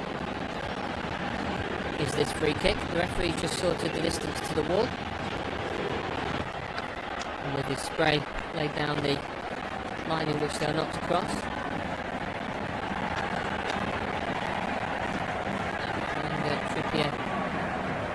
Both stood over and Livramento at the moment. Maybe in shooting distance for Kieran Trippier. Will Newcastle latch onto the rebound then? Plays it short instead, lays this ball off, and it's an effort from Sher, and it goes over. Another free kick straight off the training ground, and I think Aston Villa perhaps prepared for the shot on target. And just looking at the replay of the sending off, Elanga breaking away. Konsa was up against Anthony Gordon, and Gordon certainly had the run of him. And the Newcastle bench was immediately up in arms, as was Ezri Konsa, who was furious that the decision was to give a free kick. Nonetheless, it was given. Aston Villa will continue with 10 players now. No change made as of yet.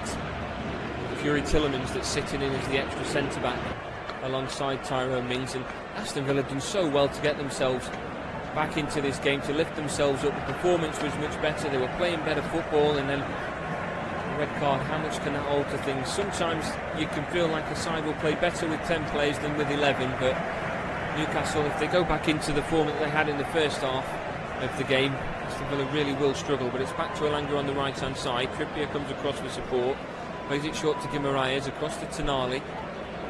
He's looking for space for Livramento. Plays the ball short to him. Now Harvey Barnes by the touchline. Finds the run from Livramento, who drags this back. He's still up against Cash at the moment. Livramento plays it back to the edge of the area. Guimaraes turns on the ball. Lays the ball off to Tonali. First touch, plays it back, but it's run back by Onana. Now across to Matty Cash. Cash under pressure at the moment by Barnes. Plays it back to Tillemans. All the way back to his goalkeeper. He's up, plays this out left for Luca Digne. He's under pressure still now from Trippier. Over the top it goes into the channel. It's going to be chased down. Ollie Watkins is going to try and get there and beat his man, and does so. And he's ahead of Fabian Sherry. Now holds up play. He's waiting for the support. He's got Morgan Rodgers. Can he find the ball through to him? No, he can't. He waits. Plays it across to John McGinn instead, who holds the ball up. Watkins will now get himself to the edge of the area, but Aston Villa are down on players. They want a free kick for a tackle there on McGinn, but the referee's given advantage. He's now with Mings. to the left-hand side for Digne. Digne's cross goes into the box. It falls to McGinn at the back post. McGinn takes it into the area. He's up against Livramento at the moment. Tries to hold on to possession, dribbles it back inside, and Livramento wins it back and comes away with the ball now for Newcastle United. Onto the edge of the area, brings it back inside. Now for Dan Burn, across to Fabian Schär. Watkins moves across with the pressure. Out to Trippier, now space on the right-hand side for Newcastle to move forward. Elanga moves forward in support, takes the ball into the opposition half. Eventually Aston Villa will now start to close him down with Luca Digne. Elanga tries to dribble this inside. Tielemans is there as well. Elanga comes away with the ball. Inside to Guimaraes, lines up a shot, sets this up for Gordon, sends it goalwards, blocked well by Tielemans, and now for Tonali. Onto the left-hand side for Livramento. Livramento now for Harvey Barnes. Cross goes in towards the middle. It's evaded everybody and it's headed behind by Luca Digne, and it's going to be a corner for Newcastle now.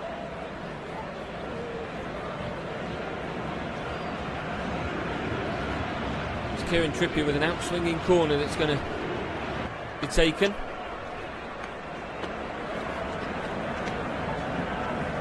Schär comes up from the back, Dan Burn comes up from the back as well. Out-swinging corner from Trippier. Goes towards the penalty area.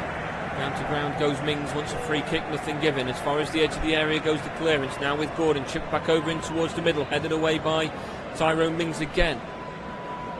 Now it's back to Gordon.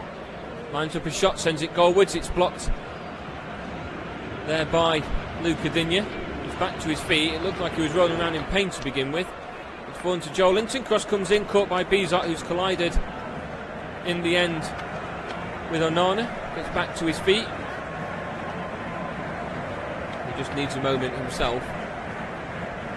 As does Matty Cash, who blocked the effort from Gordon.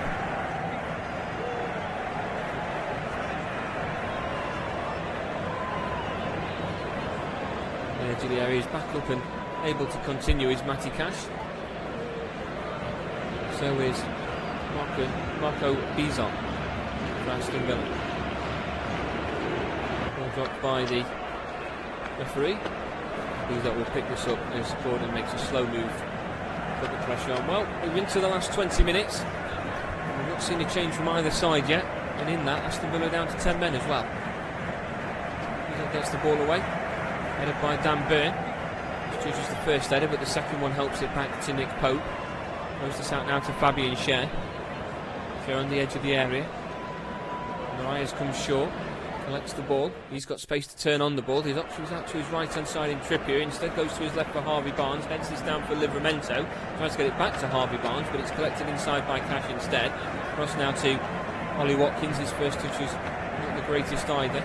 It's now with Tonali. To the right hand side for Trippier. And for Elanga. Elanga's cross goes in towards the middle. It's gone all the way to the back post. The effort's been blocked, and I think it's been blocked by Matty Cash again, who's holding on to the stomach. Harvey Barnes has got a corner. He wants a penalty, feeling like it was a handball, but Matty Cash holding on to his stomach, and that looks exactly. It might have just knocked the wind out of him. It was a volley as well. It's a bit of extra power, yeah, off the stomach of Matty Cash. There's nothing much he can really do there. Seen the ball behind for a corner. He's back to his feet now and he's again stretching it out twice in the last 5 minutes as he received a hit there. In swinging corner now from Sandro Tonali. In towards the middle, headed away by Onana as far as the edge of the area with Livramento. Livramento gets another cross in towards the middle. It's watched behind for a goal kick for Aston Villa. It was just a cross that was intended for Dan Burn, but it was just too much for it.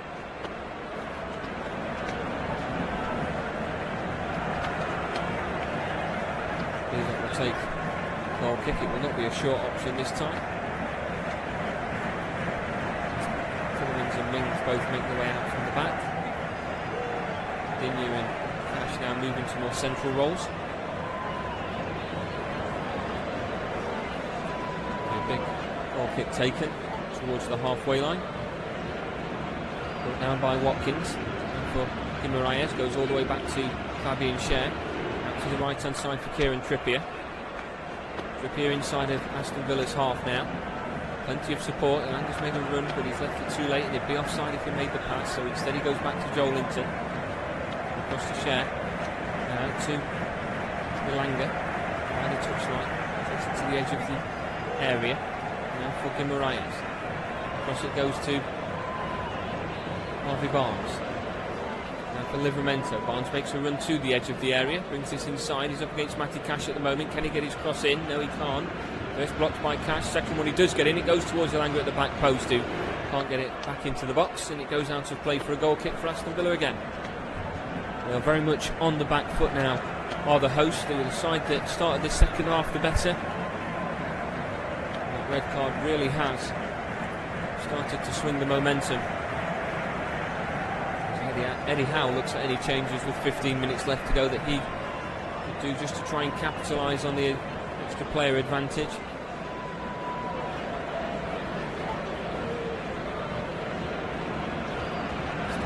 Bezot takes again, sending all Aston Villa players away from the goal. Doesn't want that near pressure anymore. Now they are a player down.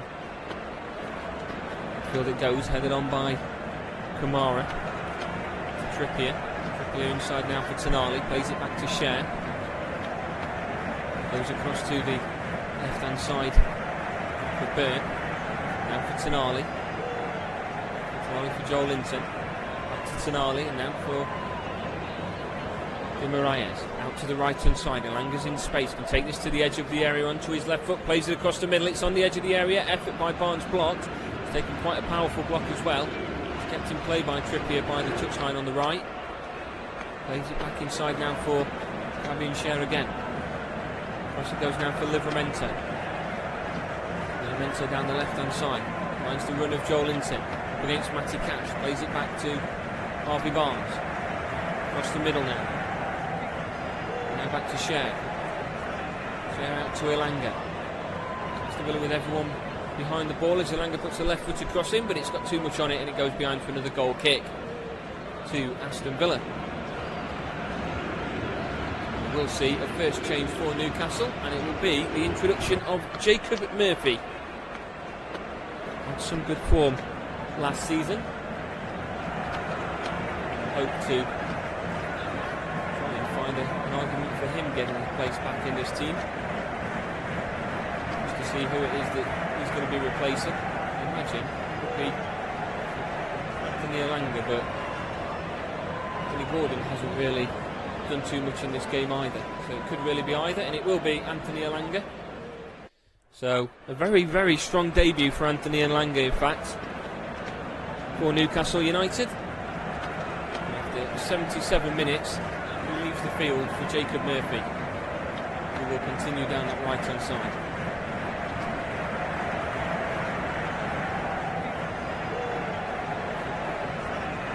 Now we've got the goal kick to be taken by Marco Bizot. To the left hand side. Down and away by Fabian Cher. It's going to be a throw in now to Aston Villa on the left. Luca Digne is in no rush as he takes it into Newcastle's half.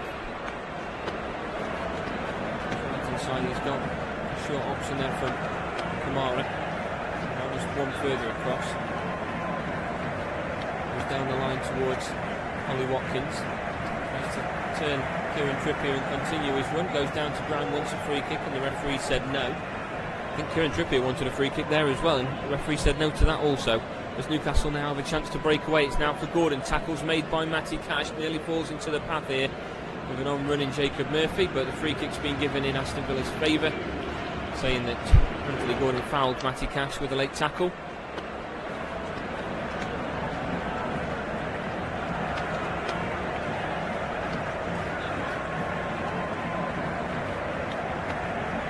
Cash just knocked the ball away from Gordon before he continued that run and got brought down to ground. Right decision again by the referee. Looks out to the right hand side to find John McGinn. McGinn gets the ball, crosses this over into the middle towards Morgan Rogers. It's headed away. In goes Luca Digne, heads it back into the Newcastle area, and then away by Guimaraes. Now to Murphy on the right hand side. He's closed down now by a tackle multiple times being made by Yuri Tillemans. The free kick's been given to Newcastle. Tillemans actually moved back out of the centre back position, and it looks like it's Boubacar Kamara that's dropped in at centre back alongside Tyrone Mings. And Tillemans will work as a holding midfielder alongside Amadou Onana.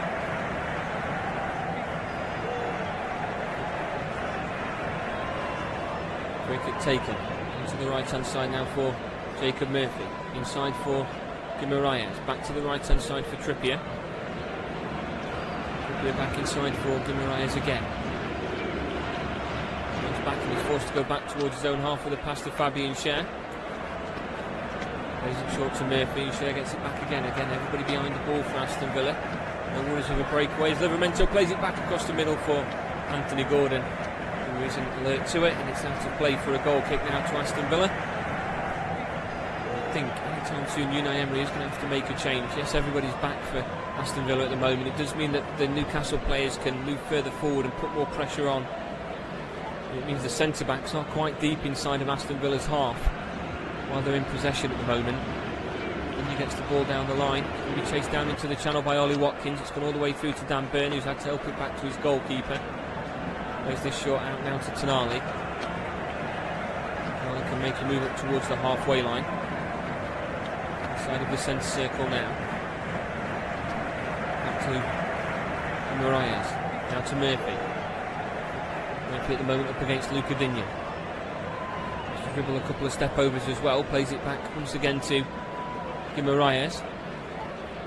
This little pass to Trippier, gets the ball immediately back. It goes now to Livramento. Back to Harvey Barnes. Livramento's making the overlapping run. Harvey Barnes brings it inside onto his right foot, tries to play it across now to Tonali. Digne's there and clears the ball up into Newcastle's half. Brought down by Dan Burn. Watkins was expecting the header back to his goalkeeper. Couldn't capitalise on it.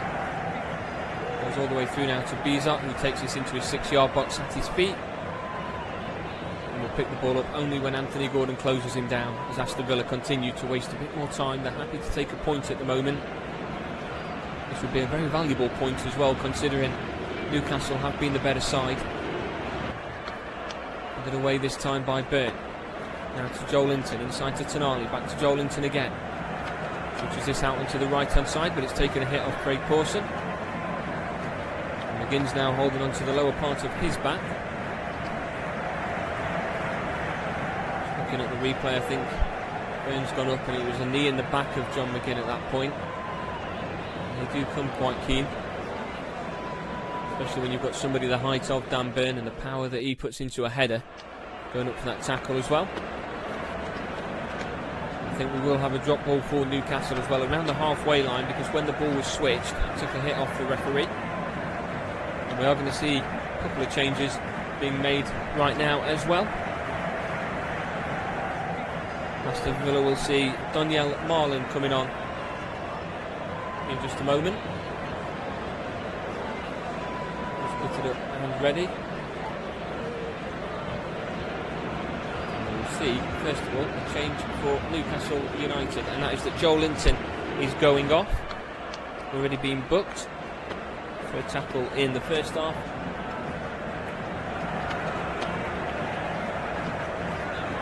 He's been replaced by Lewis Miley.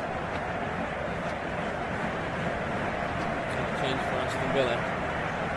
We'll see John McGinn leave the field. Hasn't done too much in this game, but also that slight back injury that he just seems to have got, and he's going to be replaced by Daniel Marlin.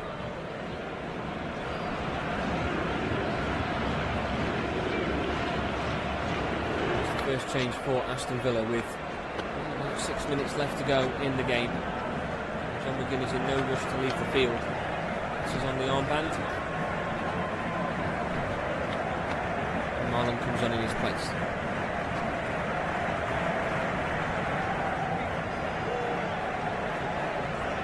Continue with that drop ball, and it is with Tonali. He plays this out left now to Livramento, and then for Harvey Barnes. Back to Tonali again, into the middle, back to the right hand side for Trippier, now for Miley. Miley back across, now for Tonali. Guimaraes alongside him, instead looks further left for Harvey Barnes, still on the edge of the area at the moment. Barnes goes inside for Guimaraes, back out for Livramento. Now Guimaraes, can he get across into the box? No, he can't. He has to play it across to Fabian Schär, who's still got some space. Now out to Kieran Trippier. Inside to Jacob Murphy. Out to Trippier again. Then to Miley. And then Trippier over the top towards Murphy, takes this into the area, but it's dealt with well by Luca Digne. Back to Trippier, going to be chased down by Ollie Watkins once more. He's up against Dan Burn with it. Dan Burn goes back to his goalkeeper, and Watkins tries to cut out the channels, and instead it goes to Fabian Schär. And it was all too easy to get the ball away. Schär over the top, going to be chased down now by Harvey Barnes. He's let it run all the way through to Livramento. I don't know if Barnes was in an offside position, but Barnes gets it now from Livramento inside the area. Lays one off to Guimaraes, but the tackle comes in from Onana. Can't win the second one. It's back with Newcastle on the left. Barnes tries across, it's blocked. Falls back to the edge of the area with Livramento. Watkins tries to win it back, gets it to Rodgers. Rodgers drives forward. Rodgers continues to drive forward, but the tackle's made by Schär. And Aston Villa are down on numbers at the moment with Guimaraes playing this to Barnes. Can Barnes get across in? He can't at the moment. He manages to drive it low in the end to Gordon, whose first touch is too heavy. It almost lays it off for Jacob Murphy. And Gordon, if he'd got a first touch, he'd got plenty of space and should have had a shot away. But his first touch was weak, it was poor, and it's given possession back to Aston Villa. Mings back to his goalkeeper, now with Bizot. Inside the 6-yard box, away it goes, up towards the halfway line. Brought down on the centre circle and played out to the right now for Trippier. Trippier down the line for Miley. Now looks for Murphy, it's just behind him, and it's going to be a throw into Aston Villa on the left-hand side. Inside of their own half.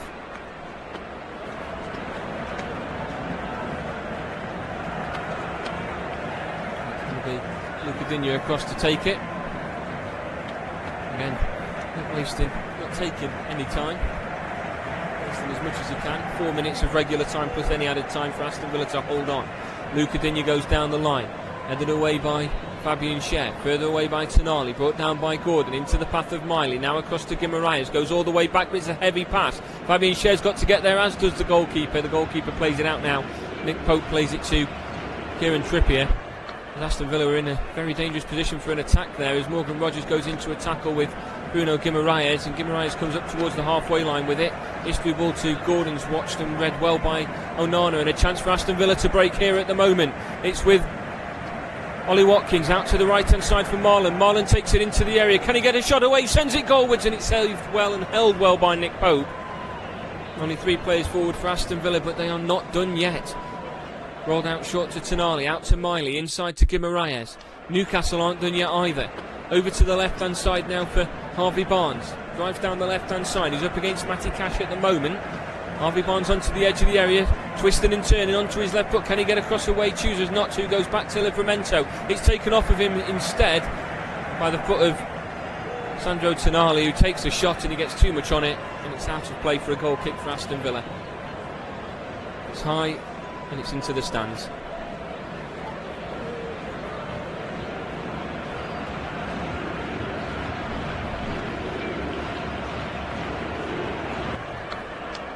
It's a goal kick now to Aston Villa, and Bizot will take it.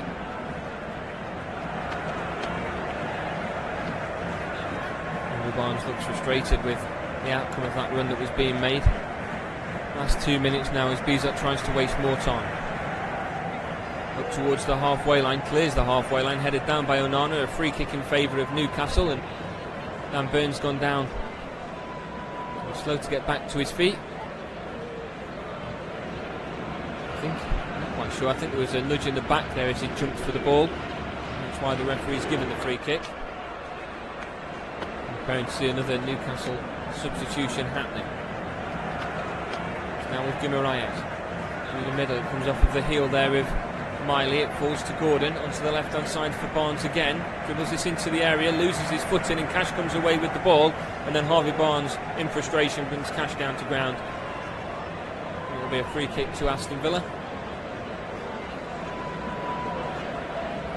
Frustration settling in now for Newcastle winger, who may well have seen his last involvement in the game as well. Newcastle are preparing with the change. It won't happen just yet.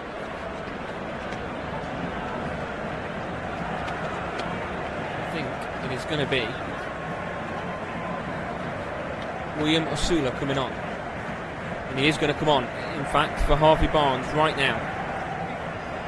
So that change has been rushed. I'm not sure if that was because of the tackle that was made by Harvey Barnes. It wasn't a dangerous one, not one I've expected to see him dismissed for, but maybe to save a yellow card. The Free kick just on the edge of the area now by Bizot. We're into the last 30 seconds of regular time. If Aston Villa can maybe try and steal something. Headed away by Dan Burn. Watkins is wanting a free kick for a push in the back, but it's not being given. Ball down the line is going to be chased by Asula. Now to play it goes for throwing to Aston Villa. In fact, Asula has stayed on the... He's moved into now a striker's position, and Anthony Gordon's moved out into the left-hand side, which is where he played for the majority of last season. Going to be taken by Matty Cash. He'll try and gain a few more yards. He's telling him to gain no more, to take the throw. 6 minutes of added time has been given at the end of the game. Rodgers down the line of support as well. Going taken by Cash. Headed away by Onana. It's up towards the midfield areas now with Morgan Rodgers out to the right hand side. Marlon's going to chase it, but even on fresh legs it's going to go all the way through to Nick Pope first. Rolls this out now to Guimaraes up towards the halfway line. Guimaraes to the left hand side, finds some space here now for Gordon. Gordon dribbles this inside. Gordon continuing to run forward with momentum this time, much more confident down that left hand side, sets up a shot and it's held well by Bizot, but Anthony Gordon much more comfortable down that left hand side, just dribbling it in and cutting in past multiple Aston Villa players. You'd dread to think what the scoreline could be if he was playing with that sort of confidence on that wing. Counted it, it's 4 Aston Villa players who dribbled that ball past before managing to get a shot away. It goes up towards Marlon now from the goalkeeper. Marlon tries to beat his man, tackle made by Cher. It's going to be given as a throw in to Aston Villa from just in front of the dugout on the right hand side. Again, Aston Villa in absolutely no rush to go ahead and take this.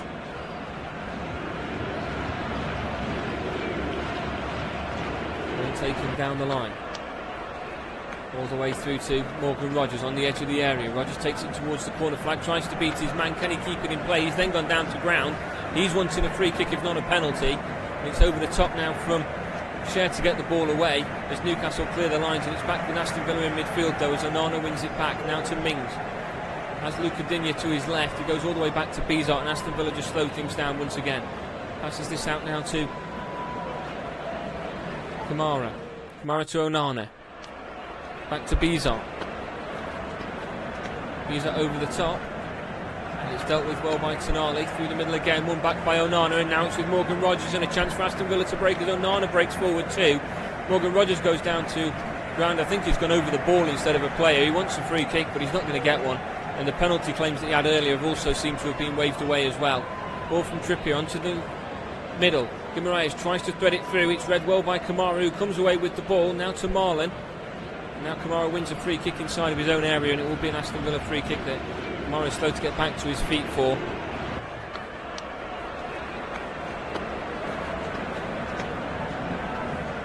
Guimaraes' effort was blocked by Kamara. He then had to rush to get there first. It was a good first touch in the end from him. Better than some of the first touches we have seen through this game, and all it was a blocked shot. See a free kick from inside of his own area at the moment. We are halfway through extra time. 3 of the 6 minutes that have been allocated have now been played. Aston Villa hold on to what will be a very valuable point if they can do so. This Newcastle side have thrown everything they've got at them. And away it goes now by Bizot. Headed down. Now by Onana. Collected in the middle by Miley, out to Trippier on the right hand side. He'll go forward into Aston Villa's half, looks for the ball further down the line. It's going to be chased down by Asula, who keeps this in play. Flag stays down for now, takes it into the area. Asula tries to get the ball back, and he does get the ball back off of a pass from Tonali. Sends his shot goalwards, headed away by Mings. Falls to Anthony Gordon, who lets that run out of play for a corner for Newcastle now on the left hand side. It's their 6th corner of the afternoon.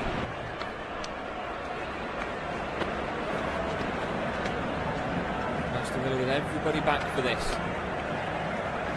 So the last 2 minutes, Fabian Cher forward again, Dan Burn forward again. Newcastle really trying in that 6-yard box to force an error. Cross comes in, it's punched away, it's then cleared further away by Onana. No free kicks being given, so Newcastle will have a throw in on the left hand side, but it allows Aston Villa to regroup. And Bizot was claiming he wanted a free kick from the referee, who didn't give anything.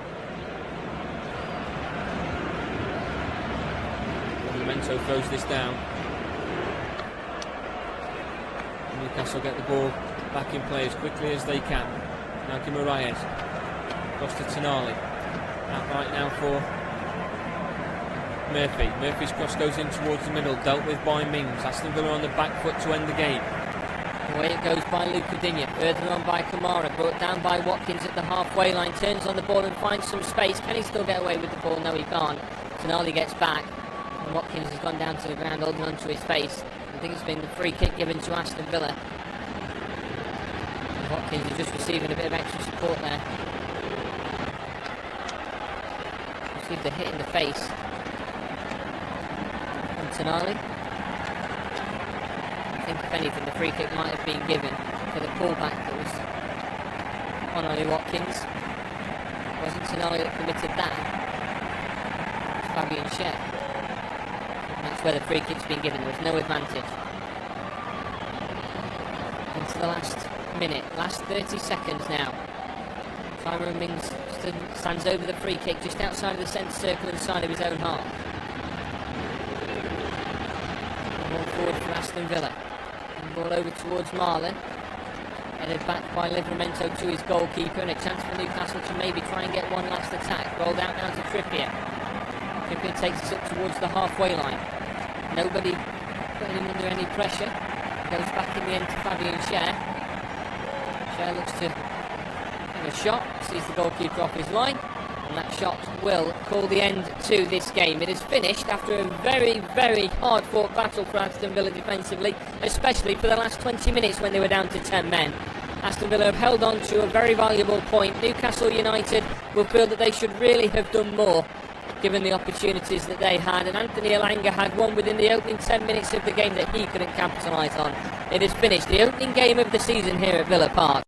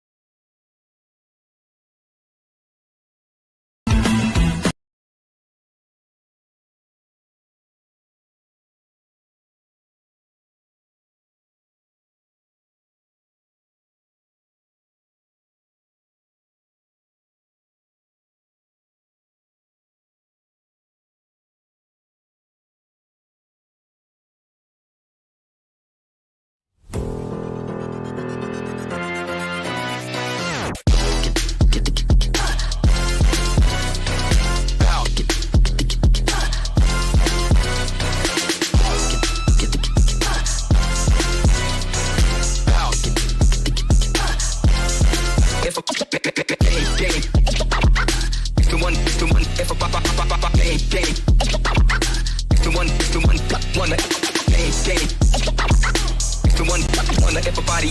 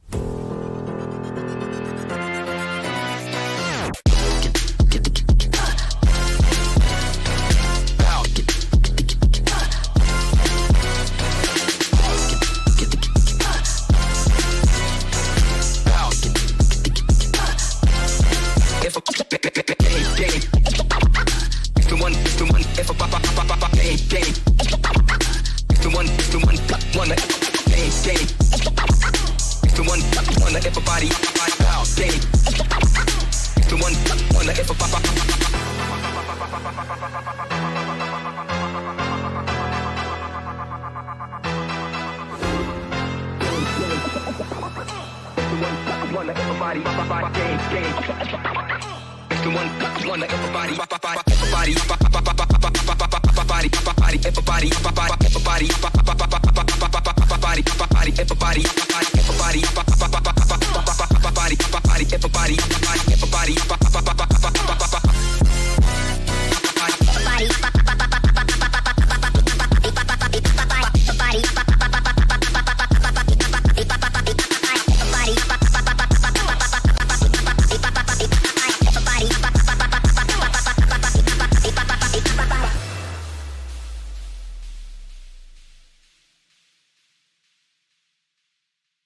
Relacionamento sem crush nem ficante. Quem nasceu pra ser fiel Nunca vai ser amante.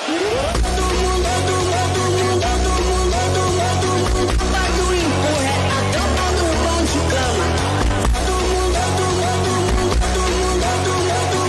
Vai do empurra do bom de cama.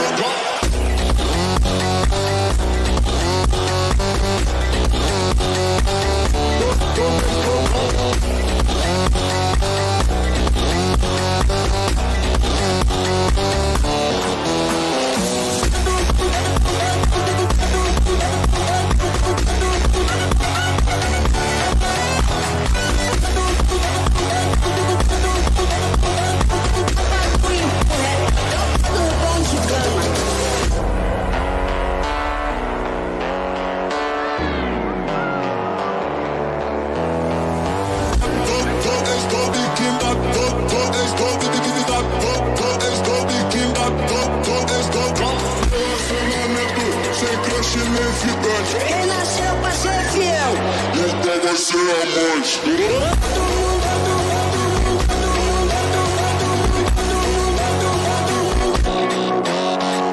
Relacionamento sem crush nem ficante. Quem nasceu pra ser fiel Nunca vai ser amante.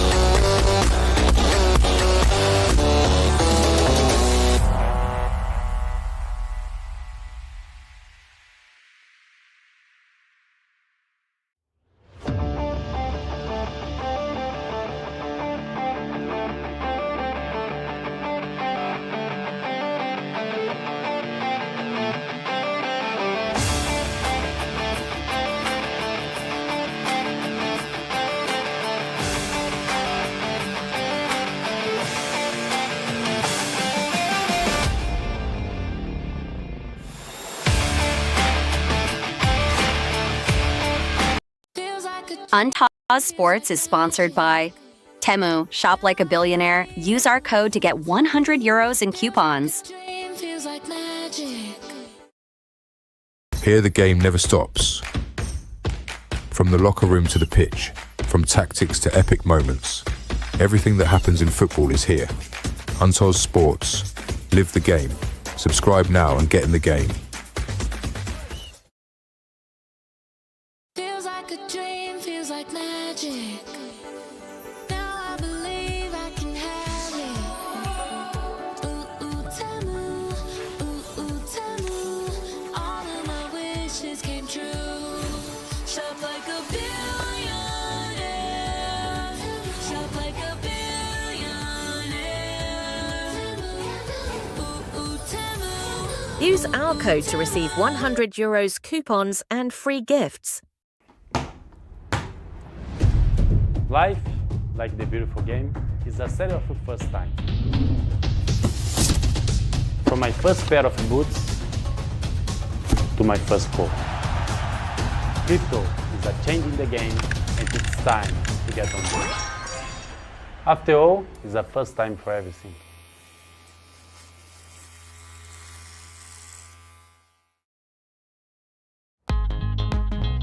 I like it.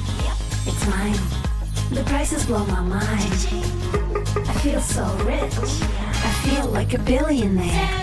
I'm shopping like a billionaire. I'm shopping like a billionaire. Let's go. I'm shopping like a billionaire. I get it straight from the makers. I'm shopping like a billionaire. Use our code to receive €100 coupons. Untoz Sports is sponsored by Temu. Shop like a billionaire. Use our code to get €100 in coupons. Dream feels like magic.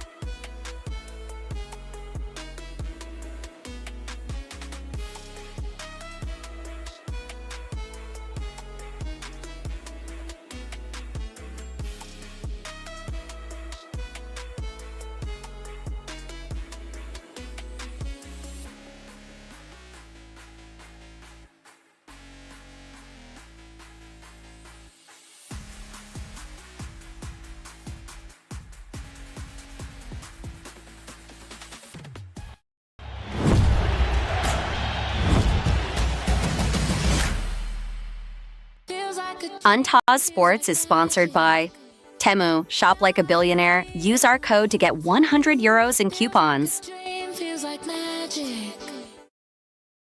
Here the game never stops. From the locker room to the pitch, from tactics to epic moments, everything that happens in football is here. Untoz Sports. Live the game. Subscribe now and get in the game.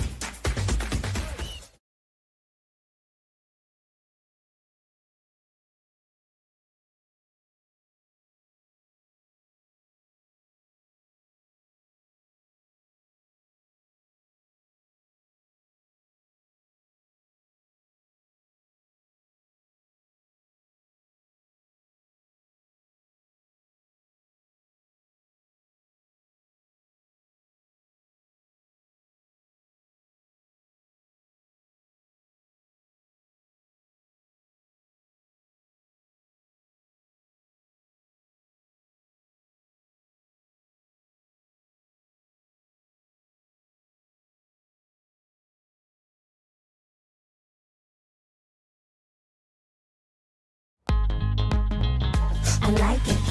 It's mine. The prices blow my mind. I feel so rich. I feel like a billionaire. I'm shopping like a billionaire. I'm shopping like a billionaire. Let's go. I'm shopping like a billionaire. I get it straight from the makers. I'm shopping like a billionaire. Use our code to receive 100 euros coupons and free gifts. Life, like the beautiful game, is a set of first time. From my first pair of boots to my first goal. Crypto is a change in the game and it's time to get on board. After all, it's a first time for everything.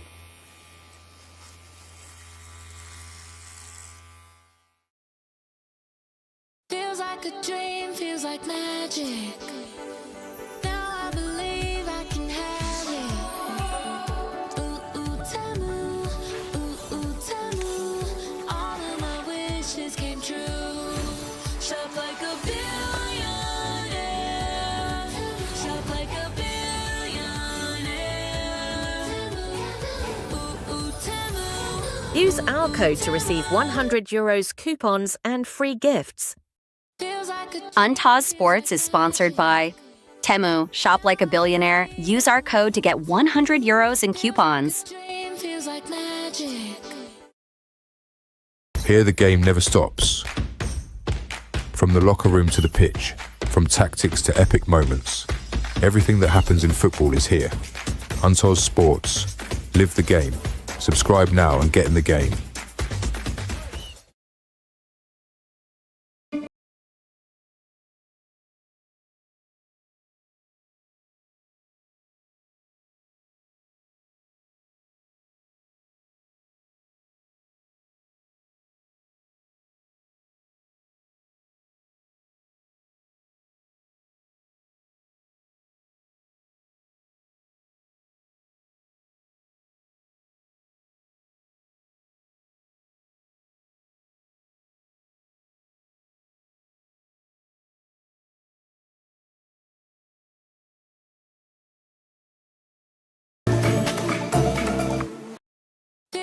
Untoz Sports is sponsored by Temu. Shop like a billionaire. Use our code to get 100 euros in coupons. Dream feels like magic.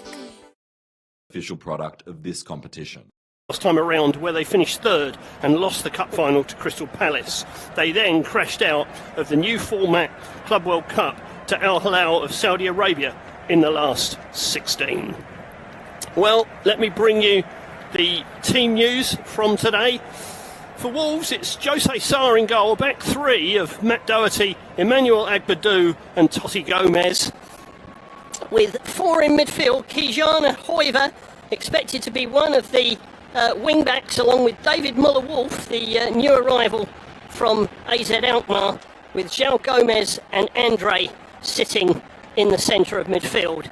Then we've got Jean Rickner Bellegarde and Marshall Manetzi behind Jorgen Strand Larsen up front. For Manchester City, three new faces for them. James Trafford, returning to the club where he was a junior after signing from Burnley in the summer. He starts in goal with Rico Lewis at right back, John Stones and Ruben Diaz in the centre-back pairing, with Aït-Nouri making his league debut for City at left-back. Nico Gonzalez and Tijani Reinders, new arrival from AC Milan, are the sitting midfielders, although Reinders is expected to push on. And then we've got Jeremy Doku and Oscar Bob either side of Bernardo Silva, behind frontman, of course, Erling Haaland. So two Norwegian centre-forwards today. Which one will shine in this particular contest? Our referee for this afternoon is Jared Gile, the Australian-born official. He'll be assisted by Scott Ledger and Mark Perry. David Webb is the fourth official on the sideline, with Michael Salisbury tucked away at Stockley Park for all things VAR controversy. So we're getting ready to open up. We've got a round of or a minute's applause going on in the centre circle for Diogo Jota, who was obviously formerly of this parish, with a lovely banner saying "We'll remember you when you walk in fields of gold," which is a lovely tribute to the former Wolves and Liverpool forward who tragically died over the summer break.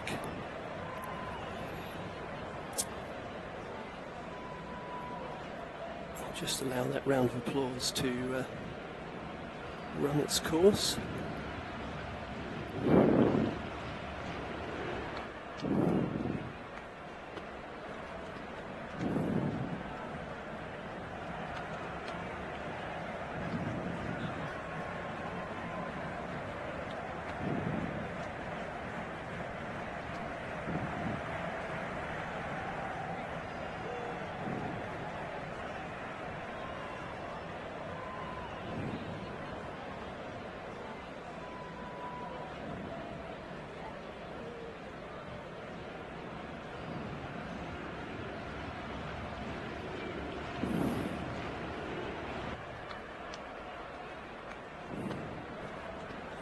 A lovely round of applause in memory of Diogo Jota.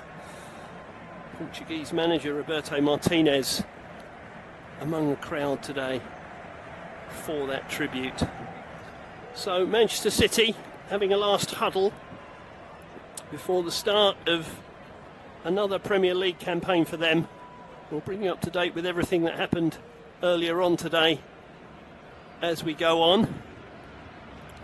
City players taking a moment to applaud their travelling fans, and it's going to be Manchester City who will get us underway in the first half, kicking from left to right.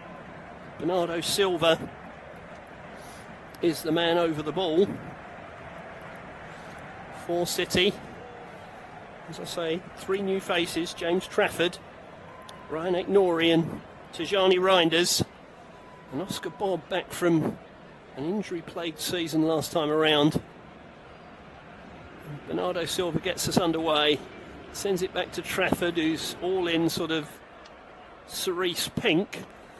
He gets an early touch. His long ball forward is volleyed away by Agbadou, and it travels all the way back to Trafford, who chests it down in front of him.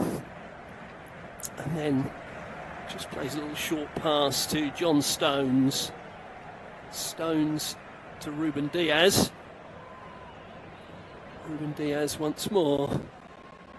And City advance forward down the left-hand side.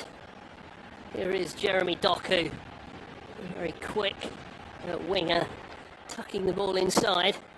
Ball's played to this far side now on Oscar Bob, who's on the opposite wing, the right-hand side for City. Stones with another touch. Here's Diaz once more. Ryan Aït-Nouri lays it back to Trafford. Wolves doing well to press Aitnori back up the pitch. They know the danger of him getting forward on that left-hand side better than anyone. Stones' attempted ball forward is half blocked, but it runs to Bernardo Silva. He gets it out wide to Jeremy Doku. Doku in his pink boots, taking on Hoiver, gets it into the middle and it's headed behind. Needed to be headed behind too at the far post. It was a lovely cross from Doku, who got the better of Hoiver, squeezed the ball over, and it was put out of harm's way by David Muller-Wolf. A good first intervention by the young Dutchman. It's led to the first corner of the game on the right-hand side. An in-swinger from Bernardo Silva, and it comes. It's headed away in the centre of the 6-yard box. I think that's Strand Larsen doing his defensive duties. Bernardo Silva picks it up again, the corner taker. Looks to get another cross in, fires it low across the box, and it's hooked away by Wolves onto this, or over this near touchline for a throw to Manchester City. And here is Rico Lewis. Rico Lewis to the near touchline again, and Oscar Bob, who runs back into his own half and slightly in field.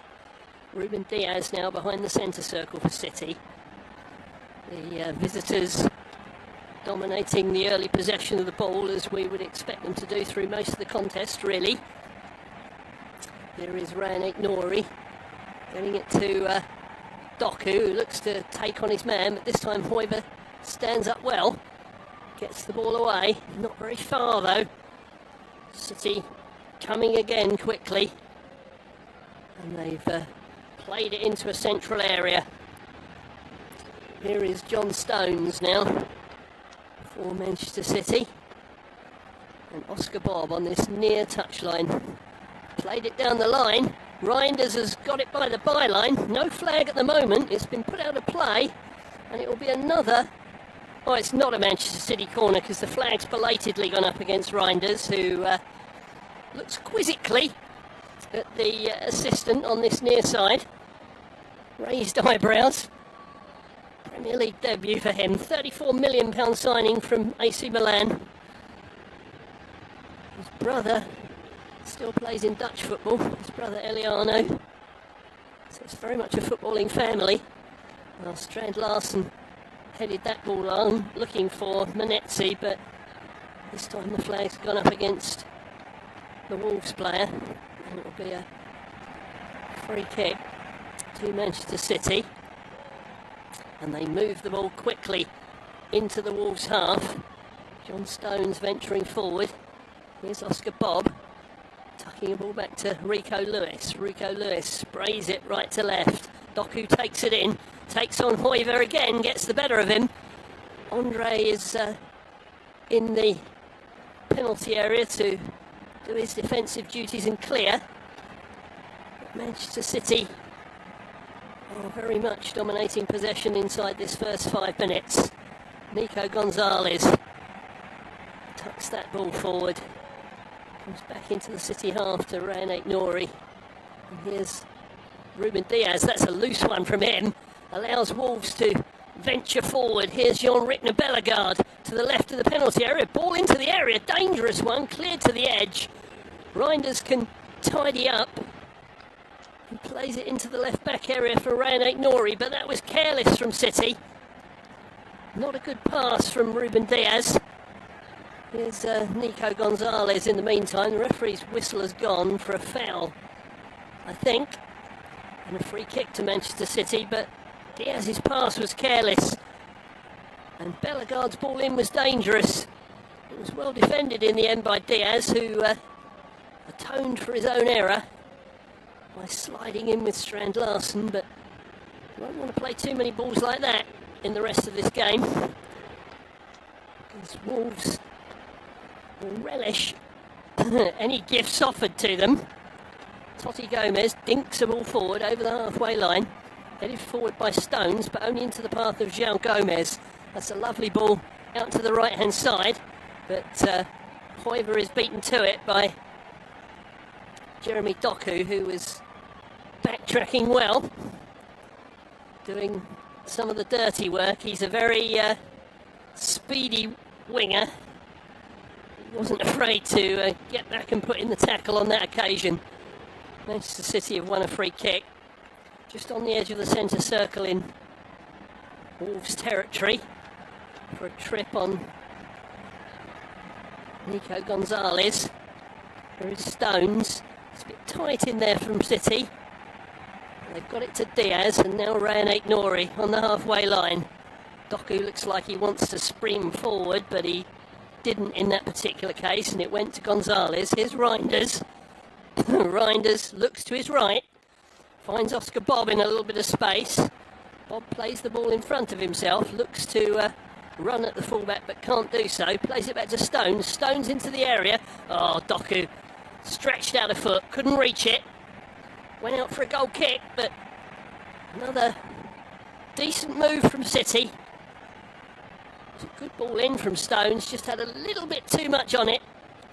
Doku, I think, was looking to direct it back across the area into the direction of Erling Haaland, but couldn't get a boot to it. Pep Guardiola pacing the technical area already, chewing hard, dressed in his traditional black t-shirt. As Wolves come forward once more on the far side. Tuck the ball back to Hoiver. Here is Agbadou. And Agbadou sends it to his goalkeeper, who sells Totti short. João Gomez tries to get in, but referees pulled it up for a foul by City. Bit lucky there, Wolves. They played themselves into trouble. It was a poor pass out from Jose Sarr to Totti Gomez, who I think handled it. And Erling Haaland was calling for a handball. Reinders went in on João Gomez and was penalised for the foul, but the officials seem to have missed the handball by Totti Gomez. And the Wolves defender is fortunate. So that's a couple of sloppy passes out of defence by both sides early in this game, and they've given it away again here, Wolves. That's a poor pass out to Doku on the far side. He has to retrieve it, which breaks the momentum of the City attack. But here's Aït-Nouri, and now Reinders playing it to the far side. Can Bob keep it in? No, he can't. Skips away from him, and Bob has to put his hands out in front of him as he was running into the boards. Otherwise, he might have been propelled over the top of them. It's quite some talent watching from the stands today. Phil Foden among those not fit for Manchester City. Quite an injury list for early in the season, it has to be said. A number of players not fit. Among those that are is Munetsi for Wolves, who's made some progress down the right hand side, but wanted the throw, didn't get it from the official. Aït-Nouri took it for City. And now John Stones approaches the halfway line for the visitors. Rico Lewis. Lewis goes all the way back to Trafford. No real options forward there for him. Most of the City side seem to be in pink boots today. Not all of them, but most of them. Not sure if there's anything overly significant about that. But it does give a certain amount of symmetry. There's Stones in the centre circle, advancing forward. Plays it to his right. Rico Lewis. Lewis plays it forward. Bob was contesting it with Muller Wolf, but Muller Wolf did well actually. Got his body between Bob and the ball, and it was allowed to run out for a goal kick. Muller Wolf was thought of highly at AZ Alkmaar from where he came in the summer. He likes to get forward on occasion. Can be a little rash at times, but generally a pretty solid acquisition. He's got big boots to fill in, Ryan Aït-Nouri, of course. City making progress through the centre circle with Nico Gonzalez. Here's Doku. Oh, he played it back to Gonzalez, but Gonzalez had run ahead of the ball. That allows City to clear. Bellegarde in the centre circle. Strand Larsen plays it out wide, but I think he's overplayed it. He's played it too far forward. Couldn't be retrieved by a Wolves player. And City are back in possession with John Stones, just outside his own box. Plays a little 1-2, hits the ball up midway inside his half. Here's Tijani Reinders offering himself again. Ruben Diaz. Diaz to Rayan Aitnouri. Doku came short that time. Haaland was looking to make a run through the middle. I'm not sure he's touched the ball yet, Erling Haaland, in the first 12 minutes of this game. Remains 0-0 here on the Flash Score Live audio commentary service and the Flash Score app here at Molineux. Ball played out to this right-hand side. Bob takes it in nicely. Looks to run at Muller-Wolf once more. Wolf does well. Forces him to go back to Rico Lewis. Here's Stones looking to put a ball in the box. Haaland jumps, just clears him, headed back into the box, but Silva couldn't get a boot on it. It goes through to Jose Sarr. Sarr in his 5th season here at Wolves, after signing from Olympiacos. He previously had time with Porto. Seems to have got the nod at the start of the season ahead of Sam Johnston. In the meantime, we've got an injury to one of the Wolves players. It's Andre that's gone down. Seems to be holding his face. I'm not sure what that was about, but he looks a little glassy, I have to say. Let's see what happened here. Well, he went in for the challenge with Nico Gonzalez. Gonzalez won the ball, and I think maybe Gonzalez's shoulder came into the side of Andre's head, so concussion protocols are being observed here. While that happens, I can fill you in on what happened earlier today. Aston Villa and Newcastle drew 0-0 in the lunchtime kick-off. Ezri Konsa was sent off in that game in the second half for Aston Villa, but a Newcastle side, obviously without Alexander Isak, who's in dispute with the club over a potential move to Liverpool, couldn't find a way through, and it finished goalless. A great start for Sunderland on their return to the Premier League. They thumped Graham Potter's West Ham 3-0. Great result for them. And Tottenham won 3-0 against another one of the newly promoted sides, Burnley, thanks to a couple of goals from Richarlison and one for Brennan Johnson. A couple of assists there for Mohamed Kudus on what was his league debut for Tottenham. And Brighton and Fulham finished 1-1, basically because Muniz came on in the second half and scored a stoppage time leveller to cancel out Brighton's first half goal. So that one finished all square. So our concussion check has just about been completed here as the City substitutes watch on, including Nathan Ake and Emmanuel Akanji. So I think we're about ready to get going again here at Molineux, this grand old stadium, built many moons ago now, in 1899, last renovated in 2011-12, 31,750 capacity. The ball is back in play, and it's back with Jose Sarr, who's played it to his left, hooked forward by Wolves. That's come off a City shirt. I think that's Ruben Diaz, who's limping back into his position, so we'll have to keep an eye on that and make sure he's not done himself a mischief. It's a throw to Wolves, short of the halfway line on this near side, the Wolves left. Thrown short to Strand Larsen, back to David Muller-Wolf. Strand Larsen again. Battling for it was Bellegarde. I think Haaland got his first touch of the ball then, as City broke up that attack. It's out of play for a City throw just inside the Wolves half. Yeah, Erling Haaland not seen much of the ball at all so far.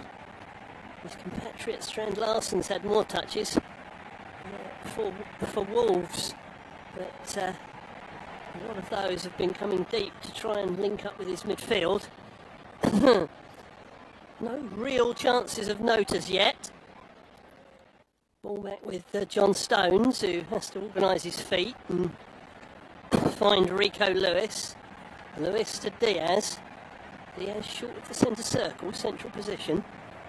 Here is Rico Lewis to the right of that circle. Haaland comes deep to the halfway line to get a touch and play it back to Nico Gonzalez. Haaland was on the move forward there, but he didn't get the ball played to him. Here's Oscar Bob on the right-hand side once more. Faced by Muller-Wolf, he takes him on, Angel Gomez. Here's Rico Lewis, he can pull this back, and it's come off a Wolf's foot. That of Agbadou, and behind for a corner. That was much more progressive from City. Bob linking up well with Rico Lewis. Lewis got between João Gomez and Totti to pull the ball back, but Agbadou was well positioned at the near post to concede the corner. So another corner from the right for Bernardo Silva. Into the box it goes, headed away at the near post. City back in possession though, and they can give it back to the corner taker, Bernardo Silva. Another dangerous ball into the box. Haaland is up for it, but heads off target. And City can't keep the ball in, and it's out for a goal kick. Well, you would have said normally that Haaland getting onto the end of a ball like that might have been able to do a little better. It may have taken a deflection off the defender in front of him, or maybe he was unsighted, but he was well off target there. Not a great start to this game for Erling Haaland. Still fancied by many to be the Golden Boot winner. As we come to the 18th minute, and a round of applause for Diogo Jota, because that's the shirt number he wore when he was here as a player. Wolves fans generous in their tribute. Wolves' attack there was broken up by Trafford coming out to gather the ball at the feet of Strand Larsen. City back in possession in the centre circle. They work it left. Here's Jeremy Doku. Doku tucking it down the line. It's a good ball. Can they get a ball in? Surely Haaland. No, he's headed over the bar. Oh my goodness. Erling Haaland, the goal was gaping. Goalkeeper out of position. Ball played across. And Haaland gets underneath the header and heads it over the crossbar. Well, when you're as good a forward as Erling Haaland, that's a sitter. And the Norwegian has missed it. My word, that is a glaring miss. Oscar Bob, who was behind him, put his hands on his head. He couldn't believe it. Everyone was waiting for the net to bulge. And Haaland has missed a sitter. Wolves are caught offside on the counter-attack. Menezzi went too early. He protests to the assistant referee, but he was well off. Well offside. Yeah, a good yard offside. Strand Larsen was going through the middle, waiting for a tuck back, but the flag put an end to all of that. But that is a glaring miss by Erling Haaland, it really is. If you see that on television later, you won't believe that he missed it. Well, can City create another chance, either for Haaland or someone else? I'm sure they will in the course of the 90 minutes, but Doku here is hustled off the ball. Wolves are biting into the tackle, and they've won the ball back here. They've played the ball down the left-hand side, looking for Muller-Wolf. It was well cut out by City, who've won themselves a throw just short of the halfway line on this near side there right. It's played back to Rico Lewis. Lewis plays it forward. City in possession with Rico Lewis, Bernardo Silva. That was a bit of a lazy ball forward. Reinders couldn't make the most of it. City haven't really hit stride yet. Here's João Gomez trying to break forward. Finds Strand Larsen, and Strand Larsen's brought to ground by Ruben Diaz, and that'll be a free kick to Wolves. And there are signs of frustration here from the Manchester City players. Not just that Haaland miss, I don't think, but just the fact that they haven't really clicked into gear as yet. Wolves have got in and around them, made life difficult. They've not created a lot so far, the men in old goal, but they might now. They've got this free kick. It's just to the left of the centre circle in Manchester City territory. They've sent plenty of players forward. There's a line of players about 12 or 15 yards outside the Manchester City penalty area. It's going to be Bellegarde to loft it forward. He does so. Has he overhit that, or will Totti Gomez retrieve it? Gomez hooks it across the goal. Away by Bernardo Silva. Back to Bellegarde. Bellegarde sends it right. They can still get forward here, but rather a heavy touch from Hoiver allows City to get it over the far touchline for a throw to Wolves, just inside the City half. But as we reach the midway point of the first half, I think Wolves will be pretty happy. They had a let-off with Erling Haaland's glaring miss. They play a ball forward here, and Trafford's out quickly to head the ball out over the far touchline for a throw. Looks as if Wolves had beaten the offside trap on that occasion. They pick the ball up again, the home side. In their own half with Agbadou. Here's Totti. Totti to Andre, who seems to have shaken off that blow to the head in the first half. Only 28% possession for Wolves, but they're coming forward here with Manetzi. Strand Larsen's in the middle. It's pulled back, and João Gomez, I think it was, that was bursting onto the ball.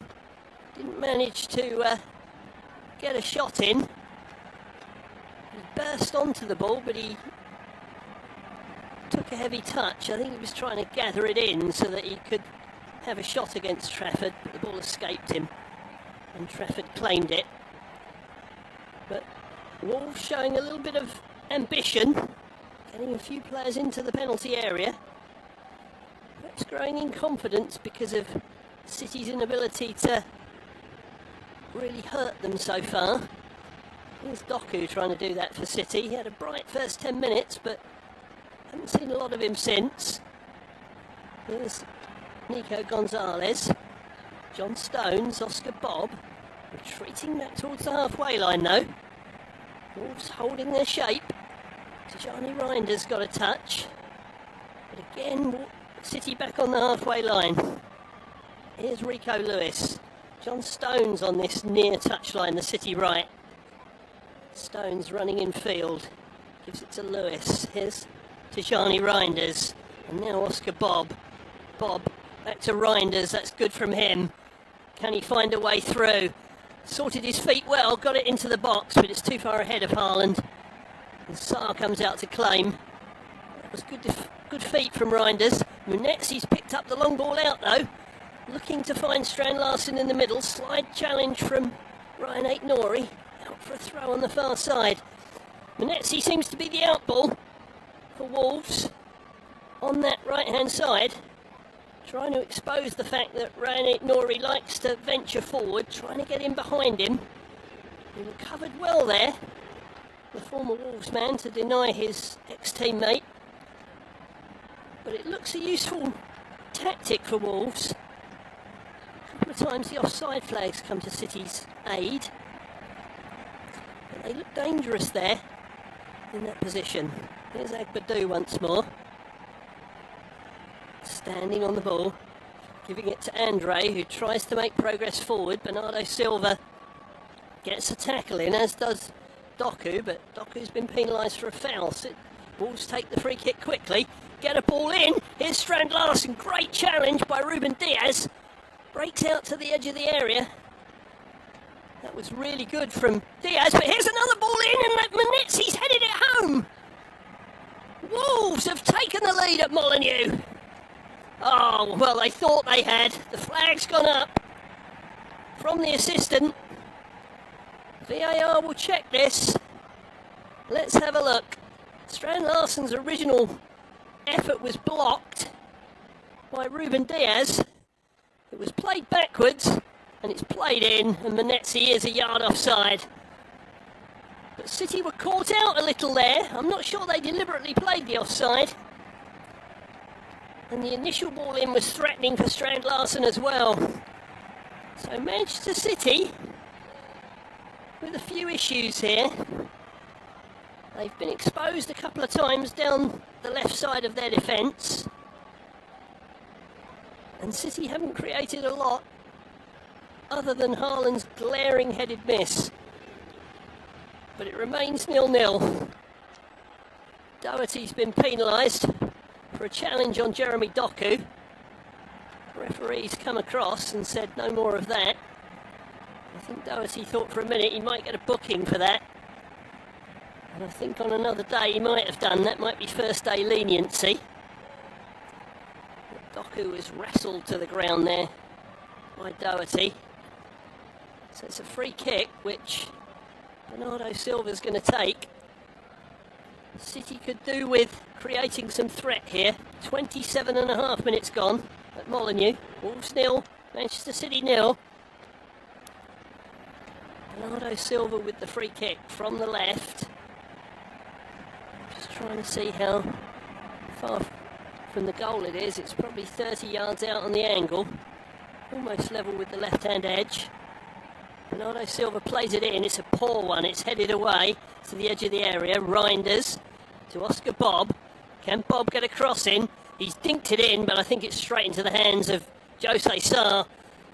Another poor delivery from Manchester City. They've had a few balls in, particularly from the right-hand side, which have not been of the quality you would expect from the 10-time Premier League champions. Manchester City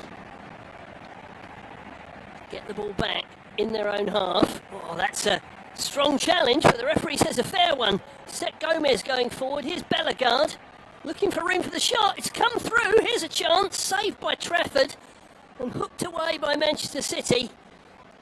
Well, that was a chance. I think that's Menezzi again, but the flag's up against him. It wouldn't have counted.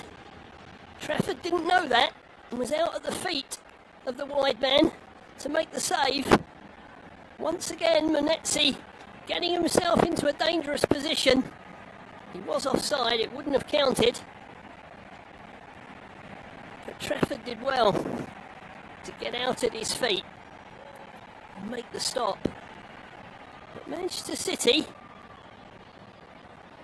who didn't look great last season, not looking great today. Almost gave the ball away again there down by their own touchline.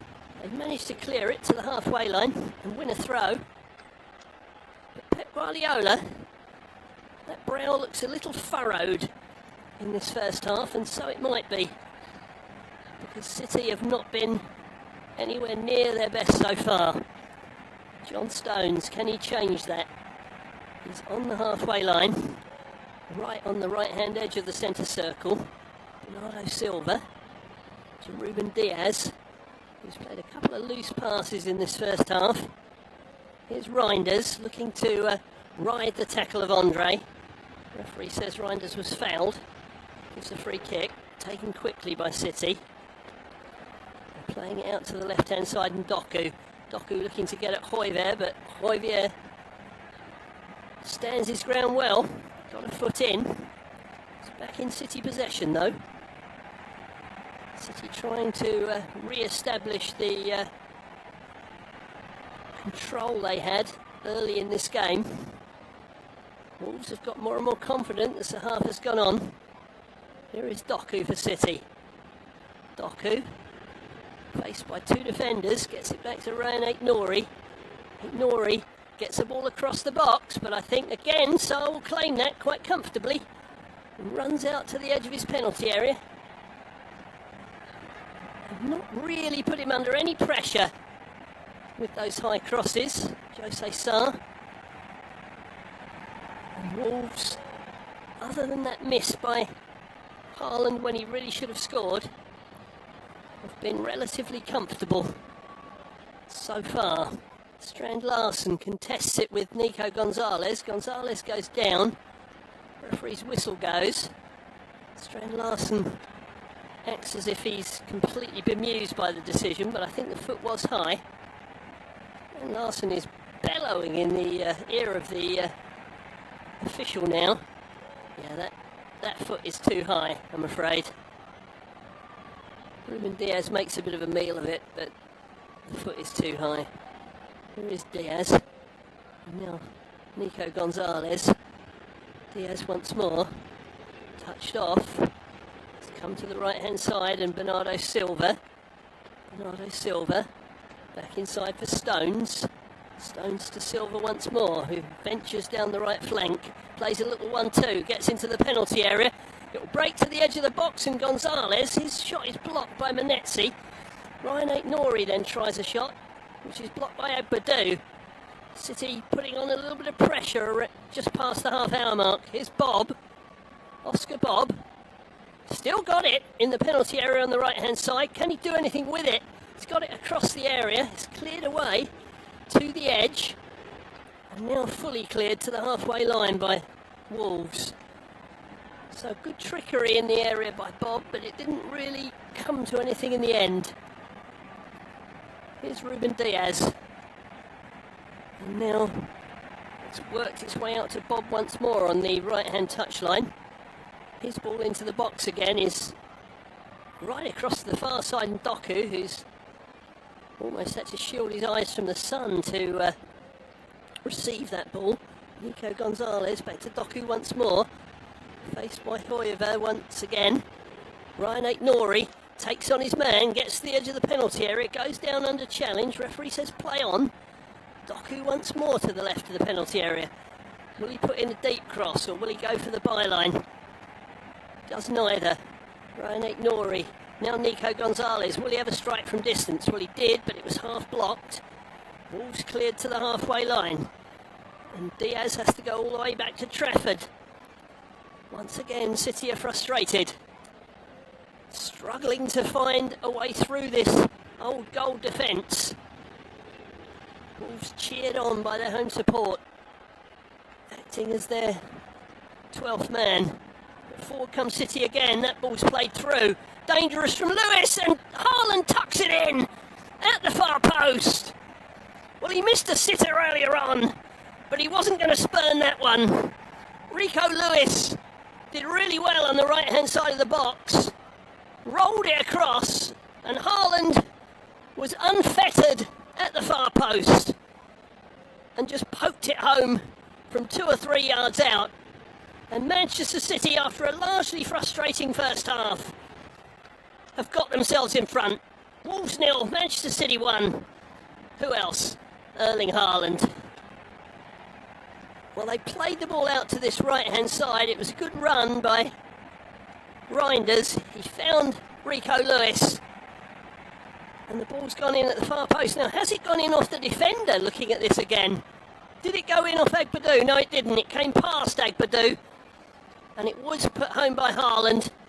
Agbadou tried to get a foot in because he knew Haaland was behind him. But he couldn't get anything on the ball. And Haaland, having missed one open goal in this half, wasn't going to miss 2. So he's up and running for the season. Should have 2 on the board, but he's got 1. And Manchester City lead at Molineux. Haaland with the double-fisted salute to the City fans. So Manchester City lead in the 34th minute. Can Wolves respond?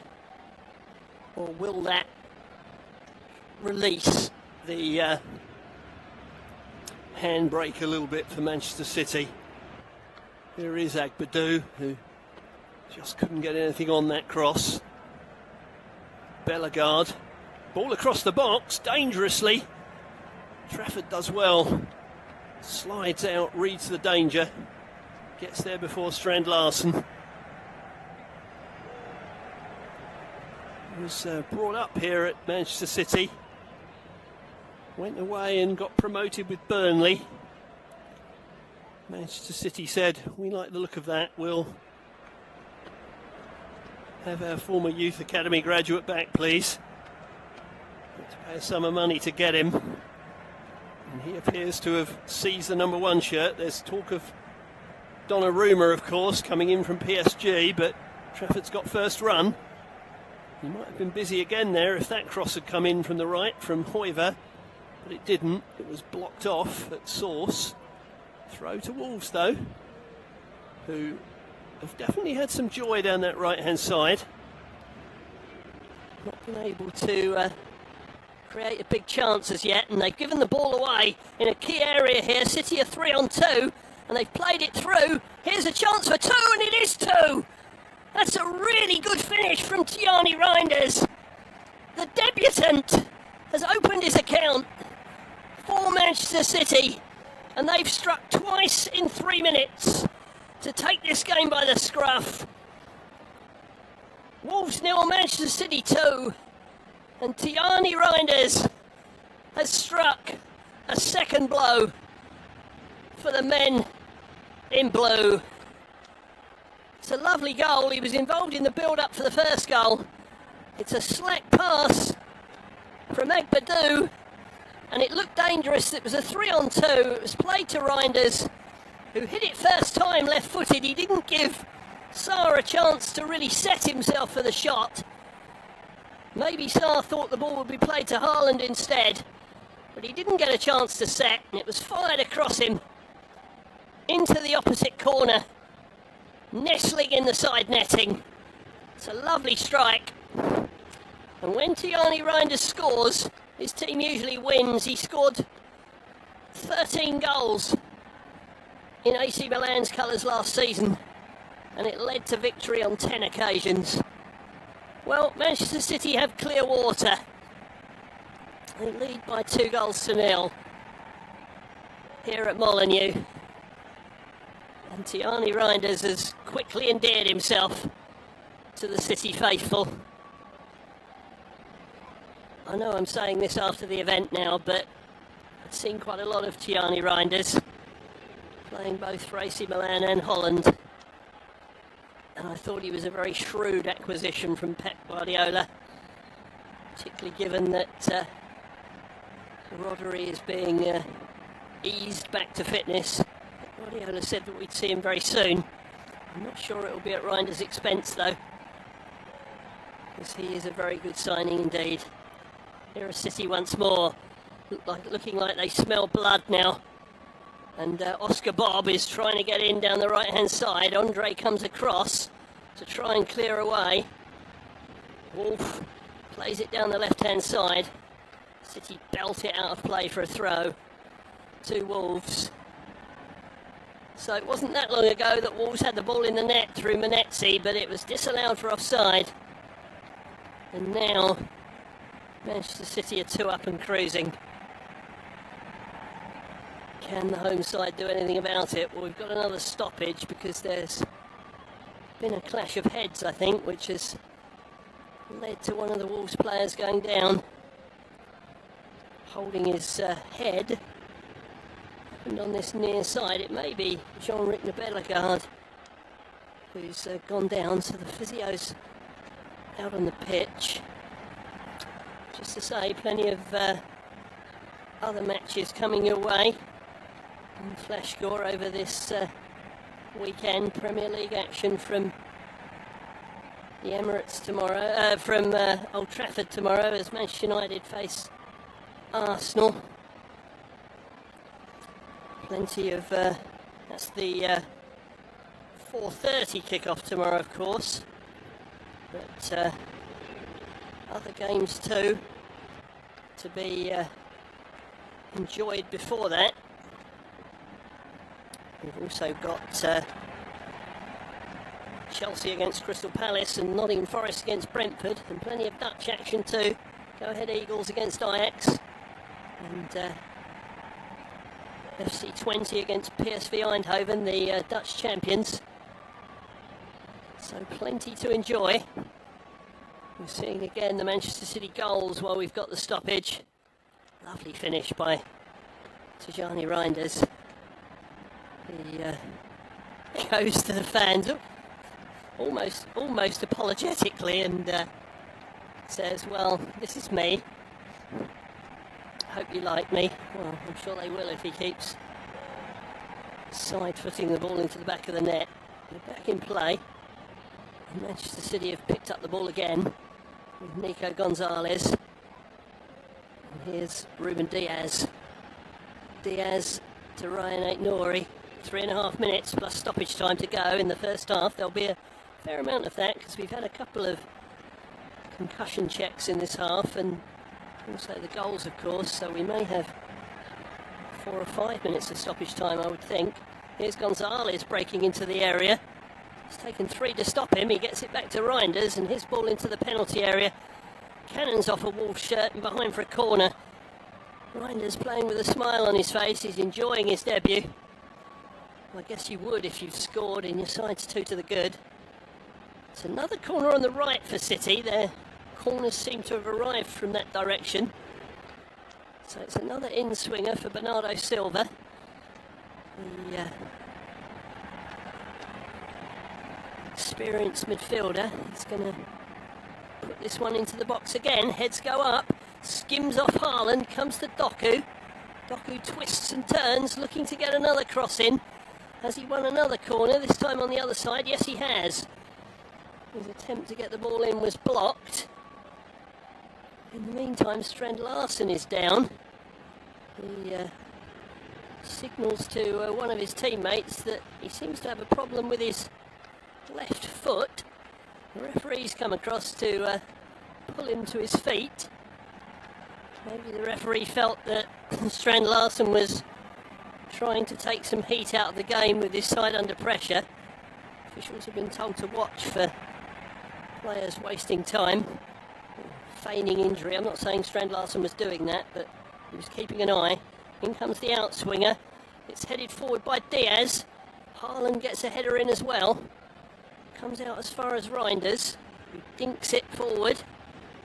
Here is Doku now on the opposite flank. Lovely little back heel from Doku. Reinders tried to link up, and he's won the throw on that near side, the Manchester City right. Oscar Bob is going to take that throw. Actually, he isn't. He's decided to throw it to Lewis instead. City seem to be taking a lot of time over this throw. I'd be playing quickly if I were them. I think they've got Wolves well and truly on the ropes as we approach half-time. They may be able to sneak a third goal. Here's Haaland touching the ball back to Bernardo Silva. Bernardo Silva to Diaz. Diaz now out to Doku on the left-hand side. He runs to the left edge. Here's Ryan Aitnori. Aitnori tucking the ball backwards. Comes to Stones. Ruben Diaz now turns his back on the challenge of Strand Larsen. Out to the left-hand side to Doku. We're in the final minute of the half. There will be time added on though, and quite a bit of it, I would think. Here's Rico Lewis on the right-hand side for City. To the right-hand touchline, and Bob, excuse me, Bob into the penalty area, half cleared away. It's come out as far as Stones. Stones now to Nico Gonzalez. Gonzalez to Rico Lewis. City seem content to sit on their 2 goals for the time being. They've given the ball away to David Muller-Wolf, and he's won a throw on this near side for Wolves. 5 minutes of time added on, so we're only 13 seconds into that, so plenty of time for something else to happen late in the half here at Molineux on the Flash Score Live audio commentary service. Here's Muller-Wolf, Strand Larsen. Manchester City break up that attack, but Muller-Wolf sets Wolves going forward again. It's got a bit scrappy on this near side, but Strand Larsen has it, plays it in field. Good ball. Rickner Bellegarde, he's got a man out wide on the right-hand side. Ball dinked into the area. Strand Larsen attempted to scoop it home. I think it may have hit him on the wrong foot. I think he went to scoop it in right-footed, and maybe it hit him on the left foot. And that's why there was no power in it, but that was good from Wolves. was a good ball in. I don't know that it would have counted anyway because Strand Larsen may have been in an offside position, but it did indeed hit him on the left foot as he tried to hit it right-footed. Manchester City tried to come out of defence, but they've lost the ball once more. Wolves have it on the right-hand side, played back into a central position, and Andre, he sprays it to the left. Muller-Wolf keeps it in play with his head, and the referee's decided that that's been put behind for a corner. Rico Lewis thought he was fouled. The player came in the back of him. The referee decided that the challenge was legitimate. I'm not sure it was. I think he barged Rico Lewis right in the back, Manetzi. So City may be aggrieved if Wolves score from this corner. Rico Lewis has just mouthed to the official, "What are you doing?" I'm not sure that's terribly wise. He could get booked for dissent for that. Should concentrate on defending this left-sided corner now that it's been given. Ball's played in. Trafford comes out and fists away, not very far. Here's a chance for João Gomez. He's dinked it back across, but Trafford's claimed it. Just above the head of Erling Haaland, who was getting ready to jump to head it away. Didn't need to, because his goalkeeper came. Trafford's done well in the first half. He's slid out at feet and he's claimed crosses well. So he's had a good half in City colours. Here comes City again with John Stones. He's got man ahead of him. Here's Reinders again, breaking into the penalty area, forcing Agbadou to concede the corner. He's had a really good half, the Dutchman.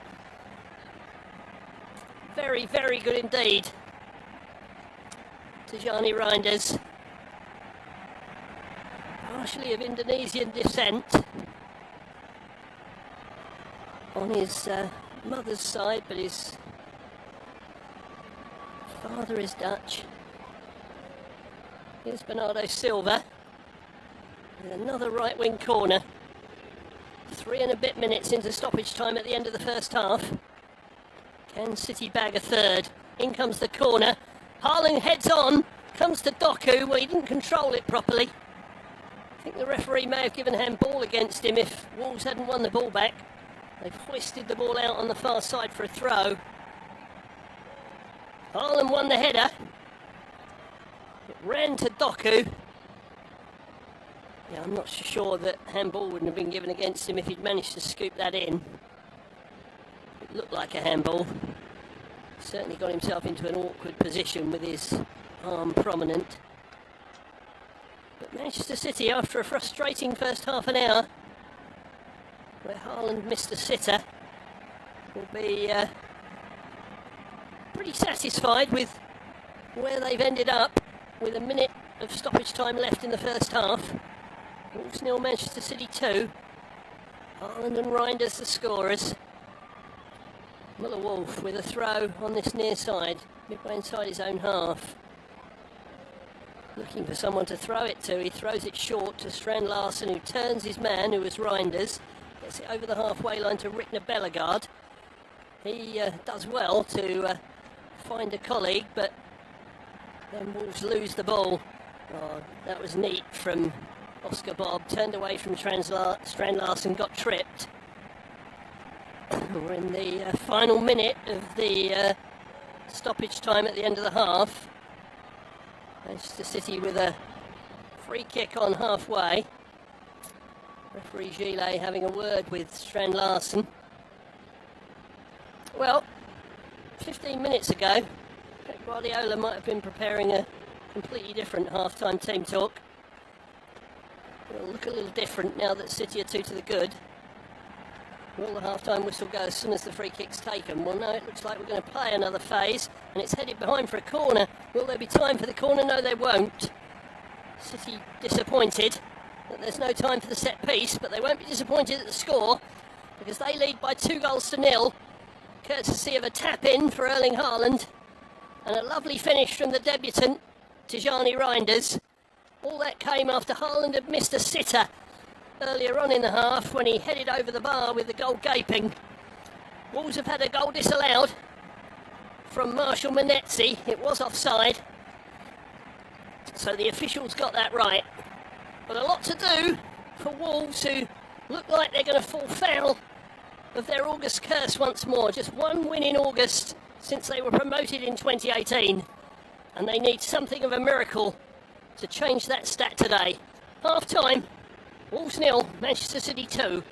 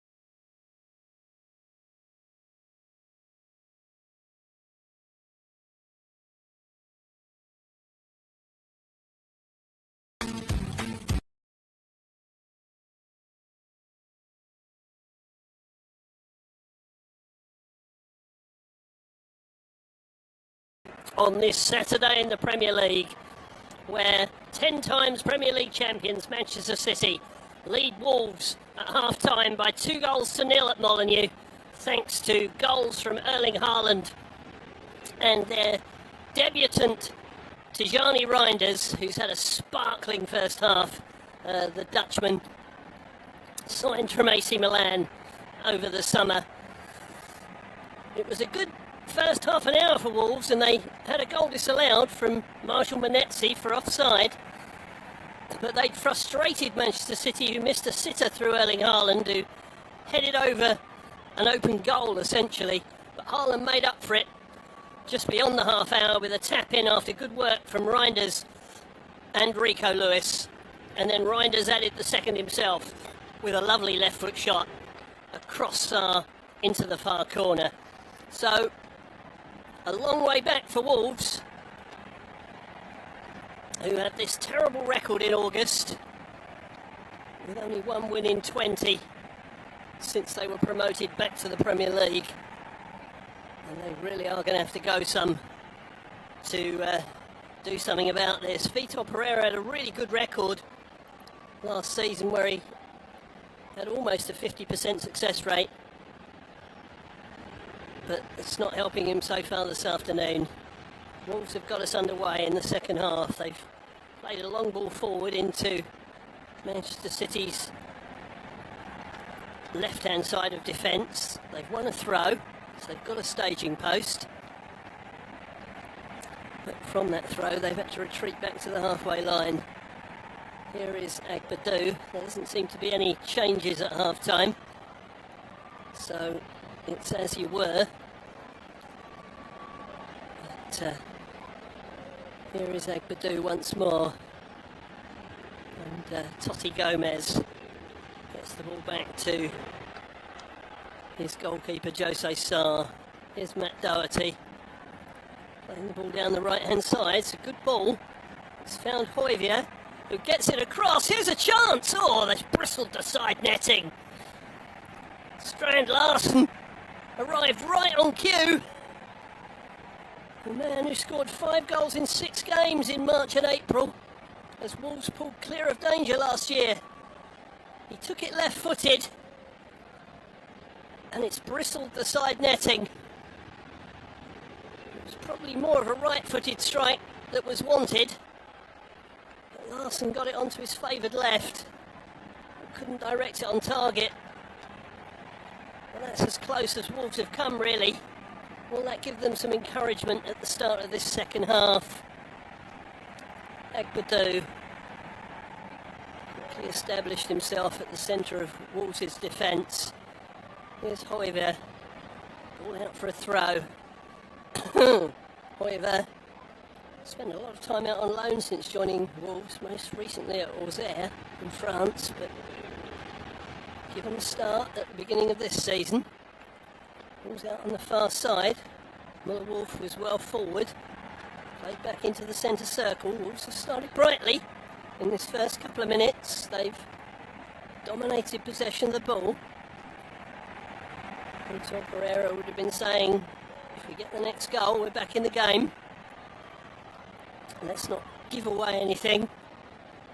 And Pep Guardiola would have been warning his side that 2-0 can be dangerous.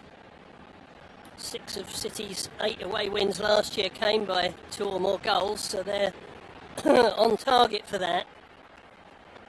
7 of those away wins were against teams in the bottom half of the table, so that would suggest that they were always favourites for today as well. Here's Strand Larsen though, knocking the ball on to Hoyvier, and that's a good ball. Oh, it just can't be gathered in on the far side by Muller Wolf. He applauds the idea. He got forward well. Strand Larsen in the meanwhile has taken a late challenge from somebody. Oh, it's Ryan Aitnori, his former teammate, that's left one on him, we might say. And he seems to be in a lot of discomfort on the turf. They've turned him over onto his side and he's now rolled onto his back, but he had his head in hands for a while. And treated. Seems to be a problem with his right foot. Nori was a little late. He's got away with that one, I think, because play had gone on and progressed. Made 157 appearances for Wolves, did Ryan Nori, between 2020 and 2025. So, something of an irony that his first league game for City is back at his old stomping ground. Well, the two physios are feeding back some information to the bench.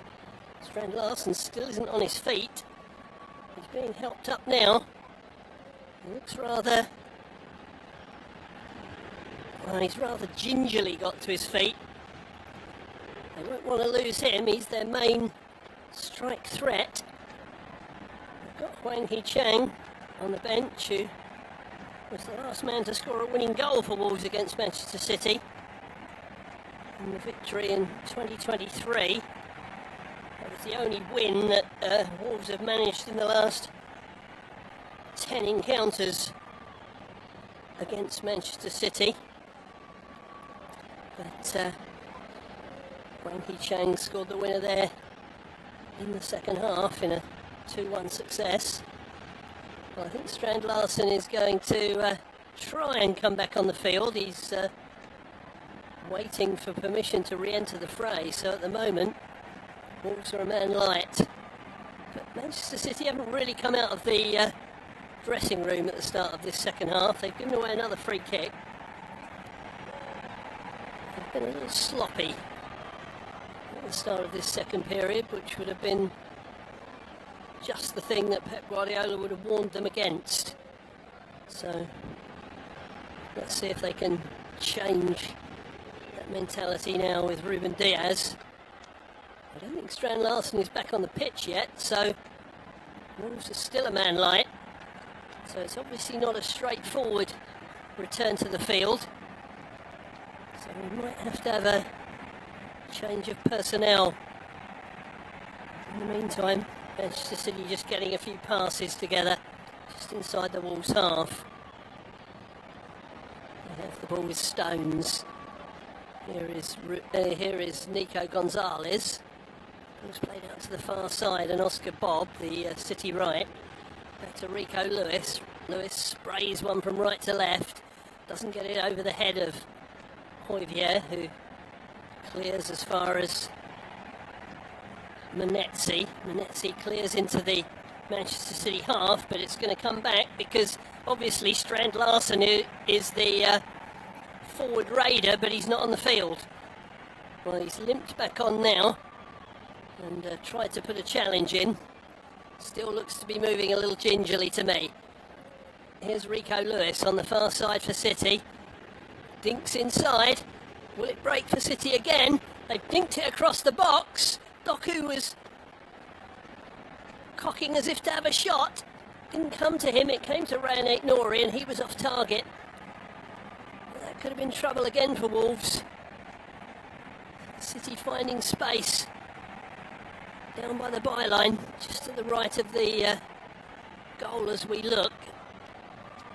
In the end it came to nothing, but could have been dangerous. That's the first time City have really threatened in this second half. 7.5 minutes played in that second period here on the Flash Score Live audio commentary service.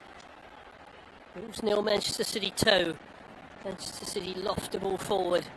Haaland couldn't get onto it, but it's broken for Bernardo Silva, who runs forward. Good tackling back though by Wolves, who've won the ball. Well, I don't think Vitor Pereira can fault his side for harrying an effort.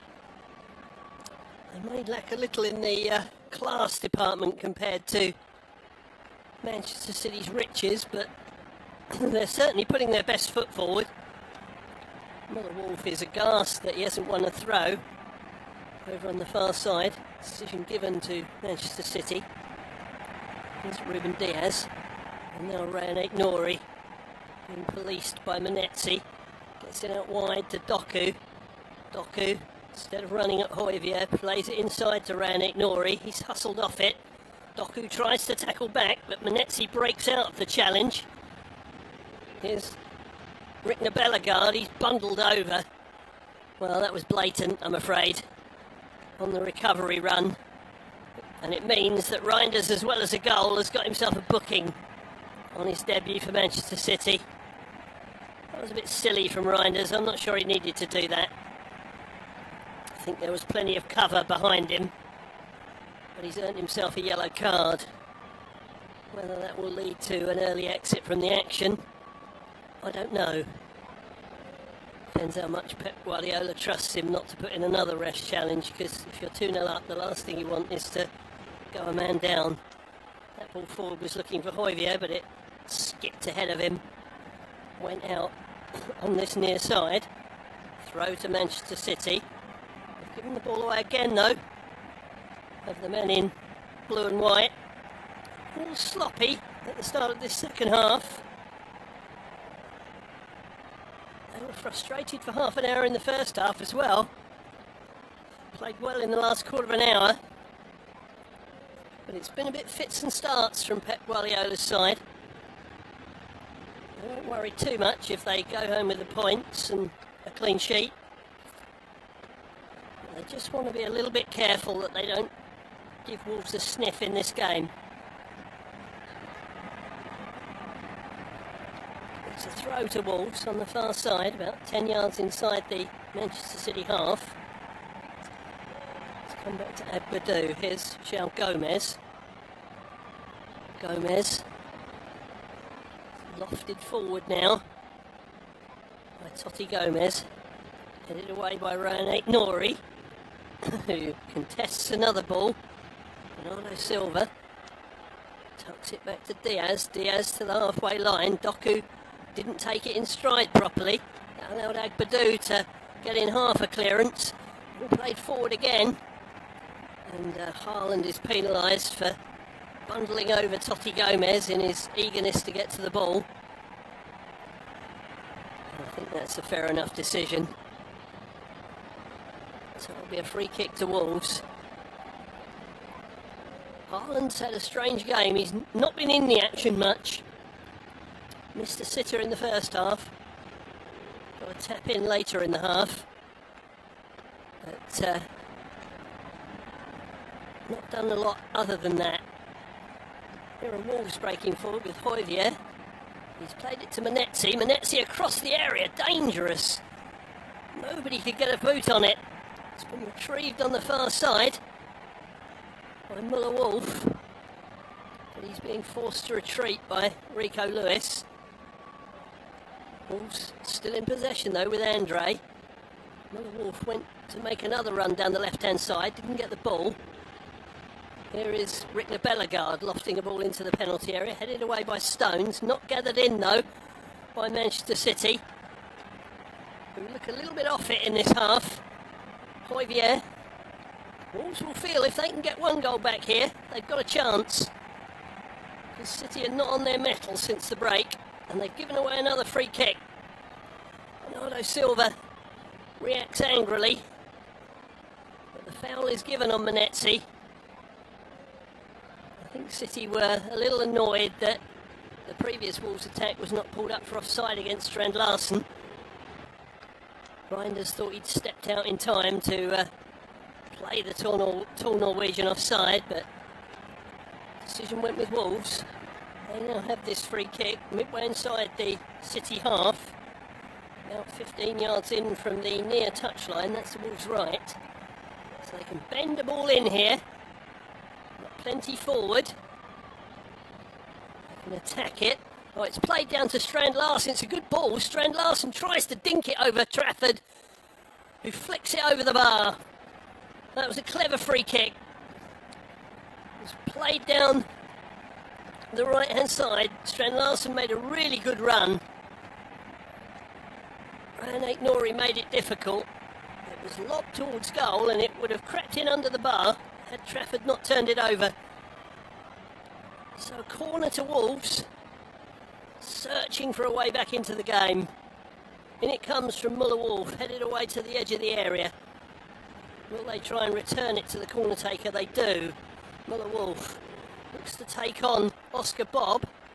Gets the ball into the box. It's hooked away by Nico Gonzalez. Wolves still have it on this far side with João Gomez. João Gomez to Tossi Gomez. And now Ripner Bellegarde.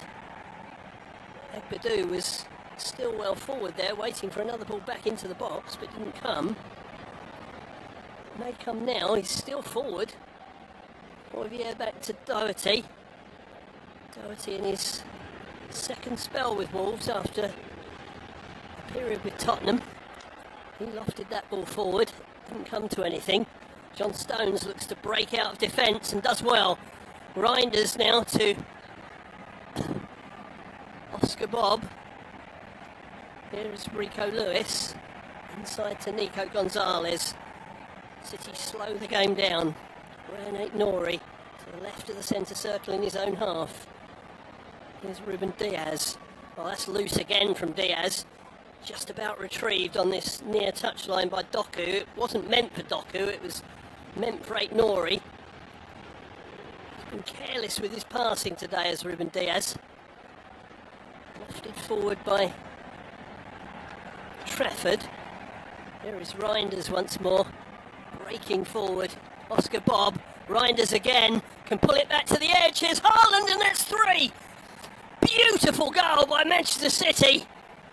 Tijani Reinders was a lot to do with that once again. Playing a little 1-2, bursting forward, pulling it back from the byline. And Haaland arrived on the edge of the box and rifled it in past Jose Sarr. 2 for Erling Haaland. A goal and an assist for Reinders. And Manchester City lead 3-0 as we tick just past the hour. That is a lovely, lovely goal. Trafford had chipped it out of defence. Reinders held off his man. Played a little 1-2 with Oscar Bob. Told him where he wanted the ball put back to him. Pulled it back to Haaland, and Haaland's finish with the left foot was unerring and fabulous. Sarr couldn't keep it out. And Manchester City lead 3-0.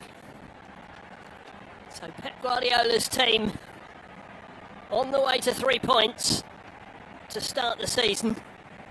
There's obviously been a little bit of a tete-a-tete between Strand Larsen and Rico Lewis from the restart. Gerard Guillet wants a word with both of them. Ruben Diaz has gone across to make petition for his player. Bernardo Silva and John Stones are rather too close to that scenario for comfort. I think maybe there was an objection. Well, while the goal celebrations were going on, Lewis and Strand Larsen were having a little bit of a spat just beyond the halfway line. Strand Larsen was wagging his finger at the young fullback. I'm wondering if Strand Larsen will come off in the wake of that goal, because I think he's still struggling with it with his injury. And really, you would feel that there's no way back now for Wolves in this game. Erling Haaland's now got 10 goals against Wolves, which is more than any other Premier League opponent. His first goal meant that he got 9 against Wolves, which was level with his total against West Ham. But now Wolves are the most scored against team in Erling Haaland terms, and he'll be sniffing a hat-trick before the end of this game, you would feel. Manchester City have the ball back on the far side, and they've won themselves a free kick. Lewis is bundled over right on the touchline, picks himself up. Manchester City are going to make some substitutions though, now that they're 3 to the good, and that makes some sense. They didn't have much of a pre-season, of course, because of their involvement in the Club World Cup, so a lot of their players will be a little bit undercooked in terms of match time.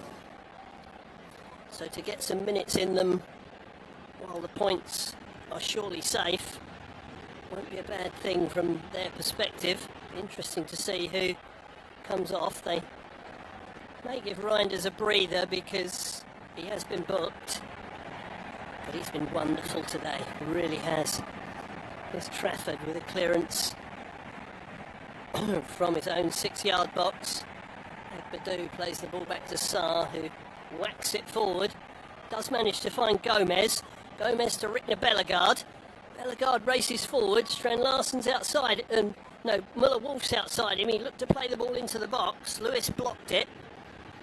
It went behind for a corner, so I don't think City will be making those substitutions while they're facing a set piece. Can Wolves get themselves on the board? Rickner Bellegarde is going to take the set piece. Agbadou and Totti are both well forward for this particular set piece. It's headed away at the near post though by Manchester City. Well, they tried to play it back to the corner taker, did Wolves, but didn't reach them. So after a good first half an hour for Wolves, it's all gone a little awry. Here come the substitutions for Manchester City. Matheus Nunes and Omar Marmoush are two of those waiting to come on. Bellegarde is hustling Lewis off the field. Lewis is doing his best to take as long as possible to take the short route. He was trying to take the long route right across the pitch, and the referee discouraged him from doing that, as he's not supposed to do, of course. Matheus Nunes is on in his stead, another ex-Wolves player, of course.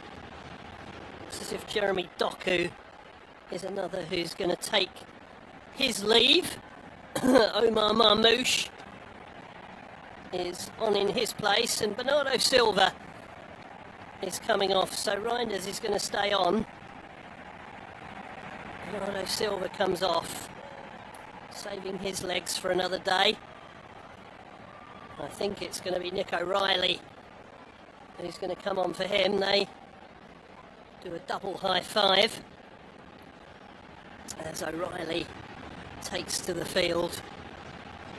Very, very promising youngster who got quite a bit of game time last season. Nunes gets into the action straight away by taking the throw. Throws it onto a Wolves head though. There is Doherty. Oh, has he been sold short? Well, he was sold short. Marmoush got a foot in. Doherty brought him down, and Doherty is booked. As I was saying about Doherty just a few minutes ago, he's in his second spell at Wolves. 320 games for them now. But in the book there for a lunge after he let the ball escape him. So a caution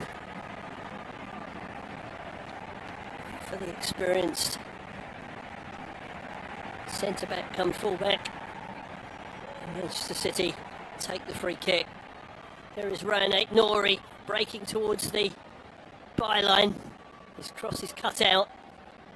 And Wolves try and run the ball away. Here's Andre. That's a good ball out to the left-hand side. Muller-Wolf has galloped forward into that space, as he likes to do. City have got players back behind the ball though. Wolves took too long to move that on, really. And City have their defensive shape once more. Here's Agbadou in the centre circle. Out to Hoyvier on the near touchline, the Wolves right. Back into a more central area. Totti Gomez. The Guinea-Bissau born Portuguese international. Spent 18 months on loan at Grasshoppers after signing in 2020. He signed a 5.5-year deal last February, so he's going to be around for a while. Wolves are going to make some changes in a moment as well. Here is Totti Gomez. Wolves playing some short passes in and around the centre circle. All now played forward, looking for Muller-Wolf. He tried to reach it down by the byline, but shepherded out well by Matheus Nunes for a goal kick. He would have liked to have been starting ahead of Rico Lewis today, but As Lewis has got the nod for the start of the season. Perhaps Pep Guardiola just thought he was the better option for this fixture. We'll have to see as time goes on. Trafford to take the goal kick and takes it long. Up towards Erling Haaland, doesn't reach him, headed away by Wolves. Who have it back in their possession. Hoyvier gives it away though to Oscar Bob. Good to see him back after his broken leg that kept him out of much of last season. O'Reilly, he too gets a touch. Tall figure, O'Reilly. There's Diaz. Diaz to Stones. Stones once more picks it up from Trafford. Makes progress down the right-hand side of his own half. Exchanges passes with Bob.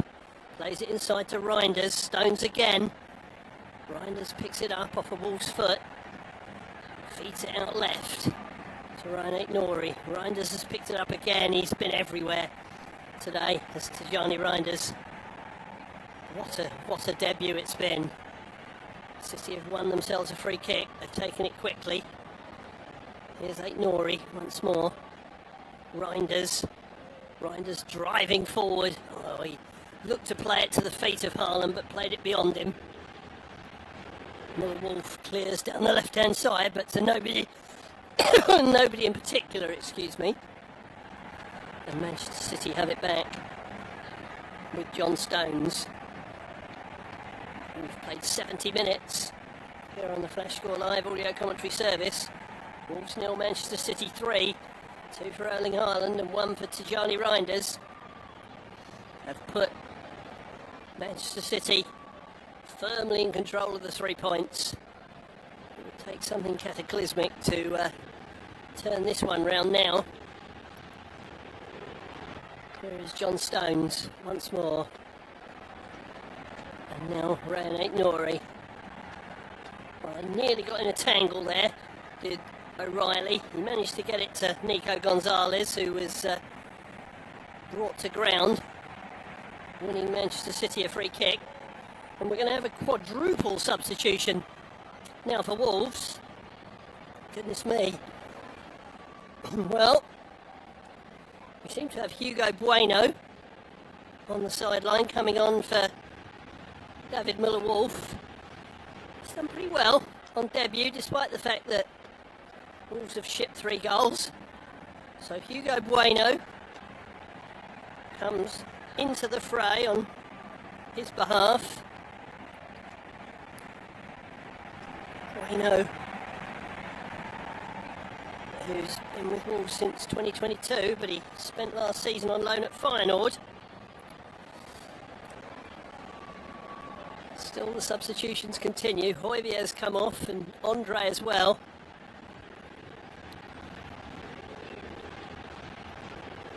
Taking a while to make these 4 swaps, it has to be said. And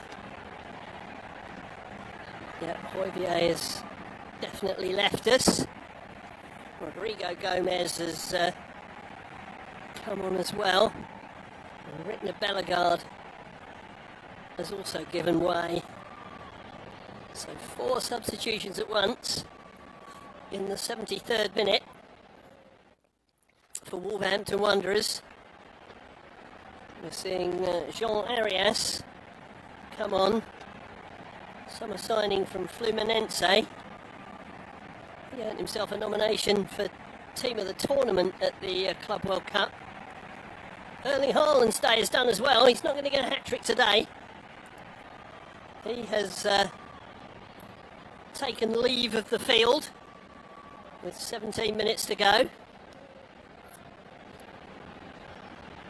And Rayan Cherki has taken his place.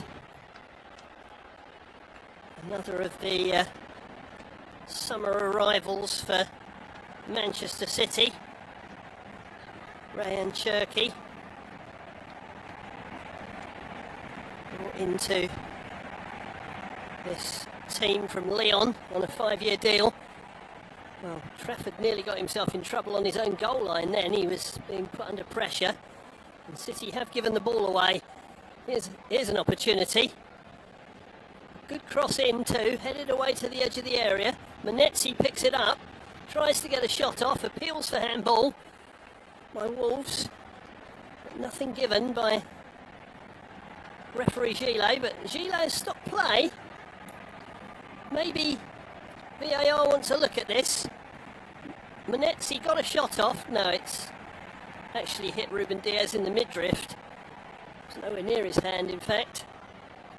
So, but Wolves come again, looking to retrieve something from this game. It's come to Hugo Bueno.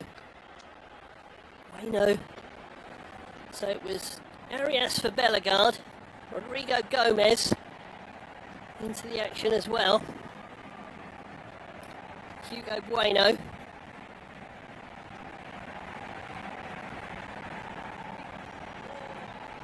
So plenty of substitutions. Here's a chance. Good save by James Trafford, who motions to his defenders that they were sleeping.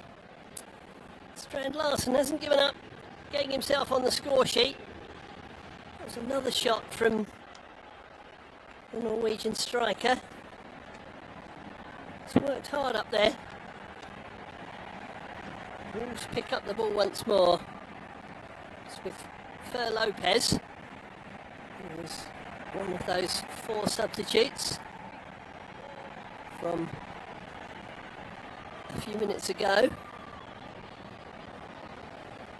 Here come Wolves again on this right-hand side with Rodrigo Gomez. Gomez played it back inside. Doherty.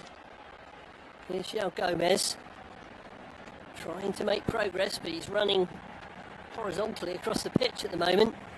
Got it out left to Bueno though. He's got a man on the overlap, doesn't use him. Tries to go outside.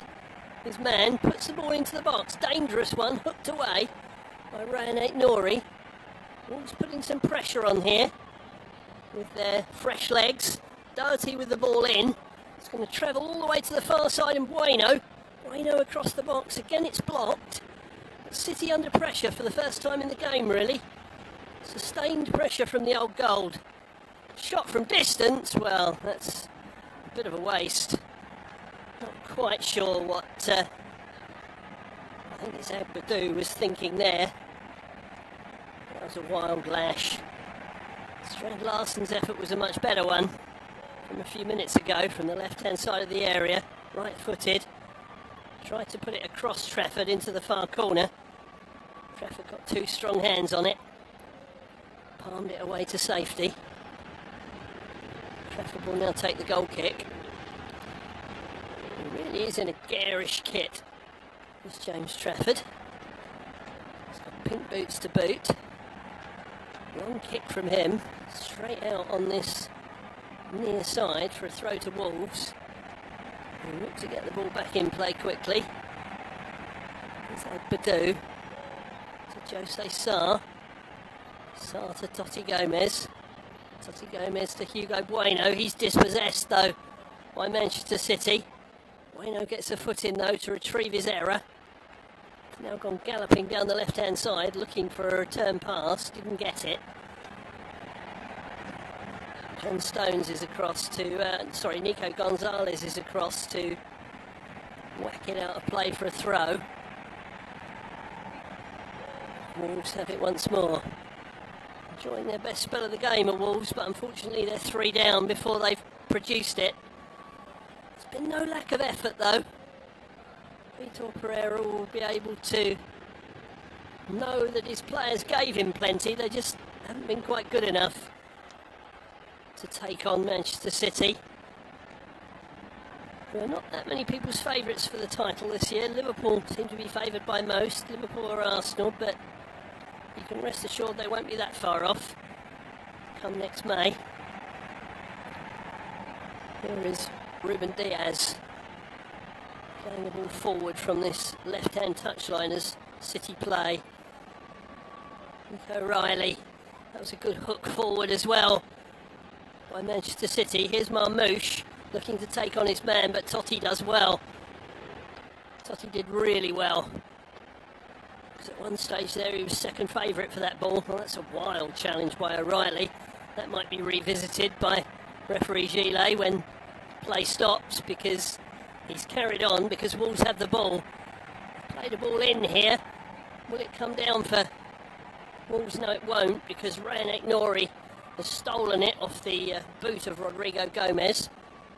Needs some help though to clear it. Here's Diaz. Well, the longer this goes on, the more O'Reilly's likely to get away with that challenge, because the referee might forget. But if it stops anytime soon, I think O'Reilly will be in the book. Here's Matheus Nunes, just inside the City half. City trying to take the sting out of that little period of Wolves' pressure. Tijani Reinders galloping down the right again. Exchanges passes with Bob. He's in again here, Reinders, but there's nobody in the penalty area. He put the ball across the box invitingly, but Marmouche was too far behind the play. One fancies if that had been Erling Haaland in the box, it might have been 4. They've got it again though, City. Shot comes in and now it is 4. What a lovely finish that is. Great finish by Ryan Cherky. So he's marked his debut with a goal as well. And Manchester City have 4. It's a lovely strike from just outside the box. Wolves didn't really clear it from the initial cross. Manchester City recycled it, and they found a 4th. Well, that might be a little harsh on Wolves, but Manchester City won't care about that. Ryan Cherky scores on his debut. The man newly arrived from Lyon. He was involved in the build-up to that goal as well. Played a lovely cheeky back heel to Nico Riley.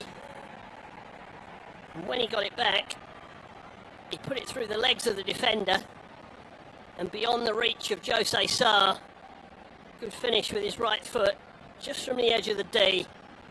Sarr couldn't reach it. It was at full stretch. Ryan Cherky points to the Manchester City badge to say to the fans, I'm here, I've arrived, and he's arrived in style. Wolves 0, Manchester City 4. Ryan Cherky with the 4th goal. Well, Hwang Hee-Chang is on for Wolves. Strand Larsen's finally given up for the day. I think he might be being troubled by that whack he got earlier on. Manchester City are making another change too. John Stones has seen the end of his action for the day. It may be Kusanov that's coming on in his place, and it is indeed. So Kusanov is on, Stones is off. We've got 8 minutes to go. And in the midst of all that, I don't think O'Reilly ended up in the book. He ended up with an assist, but so much time passed since his rather wild lunge that I think he got away without being booked. So there we are. When it's your day, I guess. Wolves have won a throw on the far side. Or did he get booked? Yes, he did. The referee did remember. I didn't actually see him show the yellow card, but he did show it. So an assist and a booking for O'Reilly, and that's quite right, because it was a wild foul. So well done to Gerard Guillet for remembering that after everything else that happened. Here is O'Reilly once more, linking up with Ryan Nori. Ball's not gone out of play, I don't think. We've got a Wolves player down on the ground who's in a little bit of pain. It might be Manetzi. But I think the ball's now gone out on the far side. It's a throw to Manchester City, which will be taken by Ryan Nori. A triumphant return to Molineux for him on his Manchester City debut. There's Kusanov. Oh, that's loose from Manchester City again. That may well have been Matheus Nunes. He's somewhat fortunately given a foul. I'm not sure there was a foul, but one has been given. Manchester City's next 4 fixtures: Spurs, Brighton, Manchester United and Arsenal. Well, that should tell us a little bit about their season. But Pep Guardiola will be quite happy about this one. 6 minutes to go, and his side 4 to the good. 2 debutants on the score sheet, 2 for Erling Haaland. Clean sheet so far. And you have the feeling that, for all that, City have not been at their best. And if you can not be at your best and win 4-0, what's not to like? Ball is out on the far side. It's going to be a throw to Wolves. Not sure it's going to be a throw to Manchester City, apparently, midway inside the half. I wonder why a Wolves player wasn't going over to take it. It's because it's a Manchester City throw, which has been thrown into the centre of the pitch, where Nori retrieves it, sends it back to Diaz. Diaz has played a decent ball there for Nori. Not all his balls have been decent today, but he's played a good one there. Here's O'Reilly, and now Diaz once more. O'Reilly, Nori. Wolves a little frustrated now, wanting to get hold of the ball, try and do something with it. They feel the world is against them. But Manchester City, in the end, have proved irresistible. They've just had too much class to call on, really, for a Wolves team that, don't forget, lost Matheus Cunha as well as Ryan Nori over the summer. And they are big holes to fill in that team. Remains to be seen if Vitor Pereira can work the oracle again and keep Wolves away from trouble. Here's O'Reilly. João Gomez does well, but City have won the ball back. Oscar Bob. Here's Reinders again on the edge of the area. He tries a shot, screws it wide. Well, it was worth a try. The way his day's gone, might have flown in the back of the net. Really has had a super debut. He'd be a strong candidate for man of the match, I think. Probably won't be top of the Fantasy Premier League points total because of his booking. But his booking apart, he really has been magnificent. Wolves play a ball forward, a long ball forward, and Chang is onto it. Can he make something of it? He's turning this way and that, but City have forced him out of the penalty area, but he's got the ball through to Fer Lopez. His shot was blocked out to the side, and Nunes puts it out for a throw down by the corner flag on the far side. So Wolves still trying for a goal, still trying to get something to take out of this game and to block Manchester City's clean sheet. There's Agbadou to this near side. Rodrigo Gomez forced away from goal by Omar Marmouche. Agbadou plays it square pass for Gomez out to the left-hand touchline. Bueno runs in field, gives it back to Gomez and to Totti Gomez, and that's too long. It's an easy one for James Trafford. Just over 2 minutes of normal time remaining here at Molineux on the Flash Score Live audio commentary service. Wolves 0, Manchester City 4. An emphatic win in the end for Manchester City. Ball played up the touchline. Can't keep it in, Oscar Bob. This will be a good 90 minutes for him after all his injury issues. Here's Agbadou. Swings it out to this near side, just about kept in by Rodrigo Gomez. But across comes Ryan Nori, gets it back to his goalkeeper. Nori seems to have gone down hurt, having played that ball back. Manchester City venture forward with Matthias Nunes. Ball is out of play. Nori picks himself up, limping a little on his left foot. They've gone over slightly awkwardly. I don't think there's any long-term damage to that. We're playing out the death throes of this game. Manchester City have the points in the bank. Here is Cherky, who scored the 4th goal. Lovely little 1-2 with Reinders. Cherky runs through the centre circle. Plenty forward for City. Cherky still going. Oh, played the ball to his left. Should have been left to go through to Reinders, but Marmouche got in the way. Reinders retrieved it.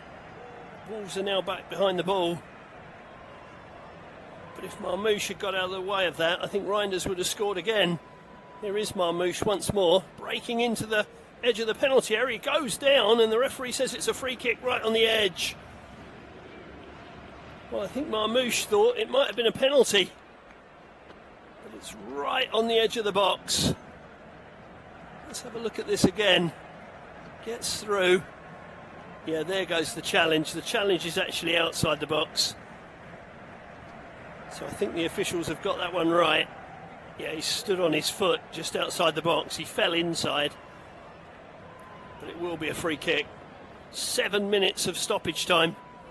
That's not what you want to see if you're Wolves and you're 4 down already. You really don't. Omar Marmouche is round the free kick, as is Ruben Diaz. Jose Sarr keeping it professional, trying to sort out his wall.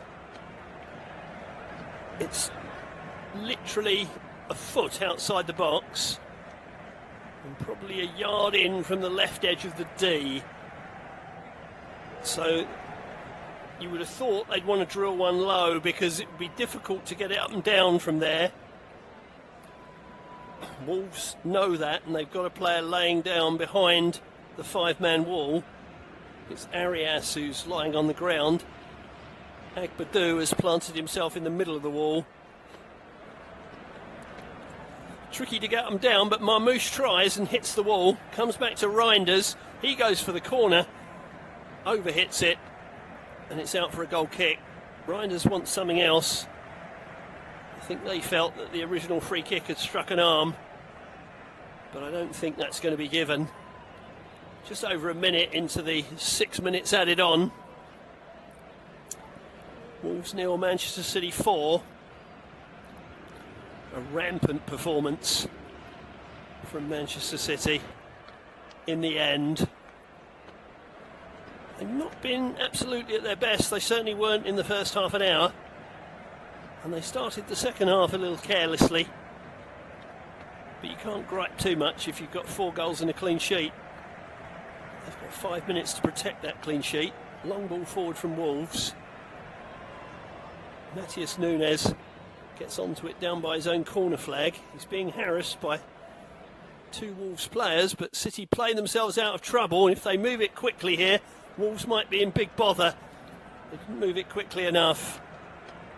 Diaz and Ryan Nori got in each other's way, so the ball was played back to Trafford, who starts City off again from the back. Nico Gonzalez, that was a very cheeky turn, and he's given the ball away. He says he was fouled and he's still down on the ground. But Wolves have picked the ball up. They can put a ball into the box, and they do so. It's headed away from the edge. Wolves have it again though. Here is Rodrigo Gomez across the area, headed away to the edge. Hugo Bueno, shot comes in from Fer Lopez, but Trafford is down to save, and he now points to the referee and says Gonzalez is down injured. Gonzalez is still down.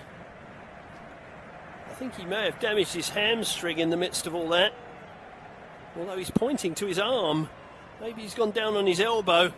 Let's have a look. Did he fall very awkwardly on the... Oh, dear me. He fell very awkwardly on the left arm. Hopefully he's not put the shoulder out. Could be the elbow, but the physios are on. But Manchester City look like registering a first, well, they will register a first away win of the season against Wolves here. Wolves lost 8 of their 11 Premier League games last year when they started as outsiders, and they've started that trend again. There is some applause going on in the 94th minute from the Wolves faithful. I'm not sure what that's supposed to signify. Vitor Pereira, the 57-year-old, in discussion with his backroom staff. Did a wonderful job here last year. 12 wins, 3 draws and only 10 defeats after he took over the reins to get Wolves out of trouble. But that may not help him if he starts this season badly. It looks as if Nico Gonzalez is going to come off. That left arm is causing him a lot of trouble. Seems to be around the area of the elbow. Let's hope that's not a serious problem. With Rodri not quite back to full fitness, Gonzalez would be his sitting midfielder of choice. So perhaps one thing for Pep Guardiola to worry about. Well, we were going to have 7 minutes of stoppage time anyway. We've had 5 of those, but most of those have been with Nico Gonzalez being treated. He's gone off to the sideline. I'm not sure that Manchester City have got any more substitutes to bring on, so they may actually finish this game with 10. But we'll see. I think they can afford to. They're 4 goals to the good. Here's Agbadou in the centre circle. And played forward out to this right-hand side. Rodrigo Gomez is challenged by Rayan Aït-Nouri. 2 players come together again. Aït-Nouri's trying to shepherd the ball over the dead ball line. He can't do that, so plays it off a Wolves foot for a throw down by the corner flag. Well, the Wolves fans are standing by their team and showing great support, despite the fact that their team has been beaten 4-0. Well, certainly as it stands has been beaten 4-0. But they're not going to be discouraged on day one of the season. I think most people, most of them probably thought setting out today that they might end up tonight with no points. This won't be a game that defines their season, I don't suppose. Here is Agbadou swinging it to Rodrigo Gomez. Now João Gomez, centre field, midway inside the City half. Good ball out to the left-hand side. Can they get a decent ball in from the left? Maybe they can. Still Bueno. He's won a corner. He's won a corner in what's supposed to be the last minute of added on time, but I think there'll be a little bit more because of the injury to Nico Gonzalez. Well, the banners are out again for Jota and Andre Silva, his brother, as Wolves remember a former player of old gold. Well, City have won a throw. We're into the 8th minute of added on time now. Surely referee Gillet won't play much more. There doesn't seem to be a great deal of point. Wolves could do with him having mercy on them, really. Even though they're now playing against 10 men because Gonzalez hasn't come back on the field. But it's City who are breaking forward, looking for a 5th at the end. Cherky, little back heel. O'Reilly can't get onto it though. Wolves will clear into the 9th minute of added on time. And the referee decides that that's enough. Well, in the end, an emphatic win for Manchester City. Erling Haaland missed a sitter in the first half, in which Munetsi had a goal disallowed for offside for Wolves. But Haaland atoned with a tap-in to start the scoring. And Tijani Reinders got his first goal for Manchester City on debut. when he fired home with his left foot 4 minutes later to make it 2-0 at the break. City started the second half slowly, but Reinders broke forward again on the right-hand side of the box and pulled it back for Haaland to get his second, and there was still time for Rayan Cherki to rise from the bench and mark his debut with a goal as well. So Wolves' wretched run in August continues. They've still only got one win since being promoted in 2018, so they're yet to lay that curse. Pep Guardiola's side, as they often do, have started with a win. Wolves 0, Manchester City 4. Thanks for enjoying it with us and for your company.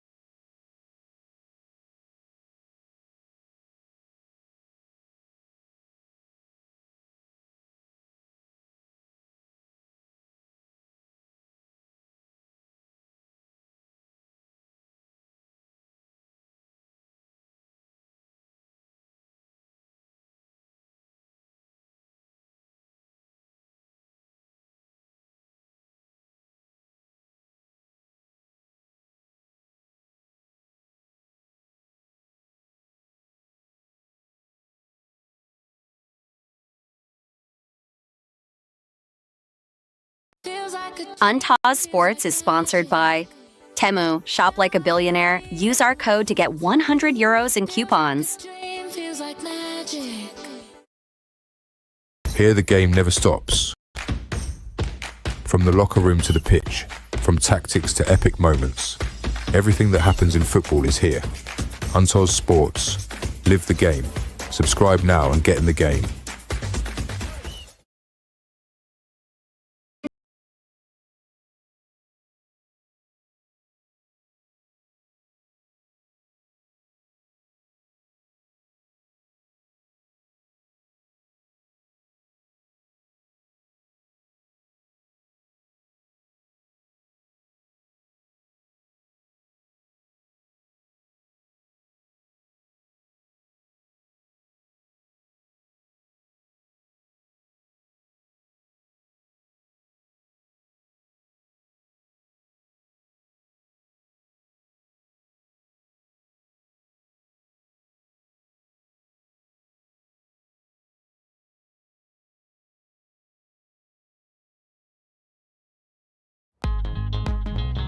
I like it. It's mine. The prices blow my mind. I feel so rich. I feel like a billionaire. I'm shopping like a billionaire. I'm shopping like a billionaire. I'm shopping like a billionaire. I get it straight from the makers. I'm shopping like a billionaire. Use our code to receive 100 euros coupons and free gifts. Life, like the beautiful game, is a series of first time. From my first pair of boots to my first goal. Crypto is a change in the game and it's time to get on board. After all, it's a first time for everything.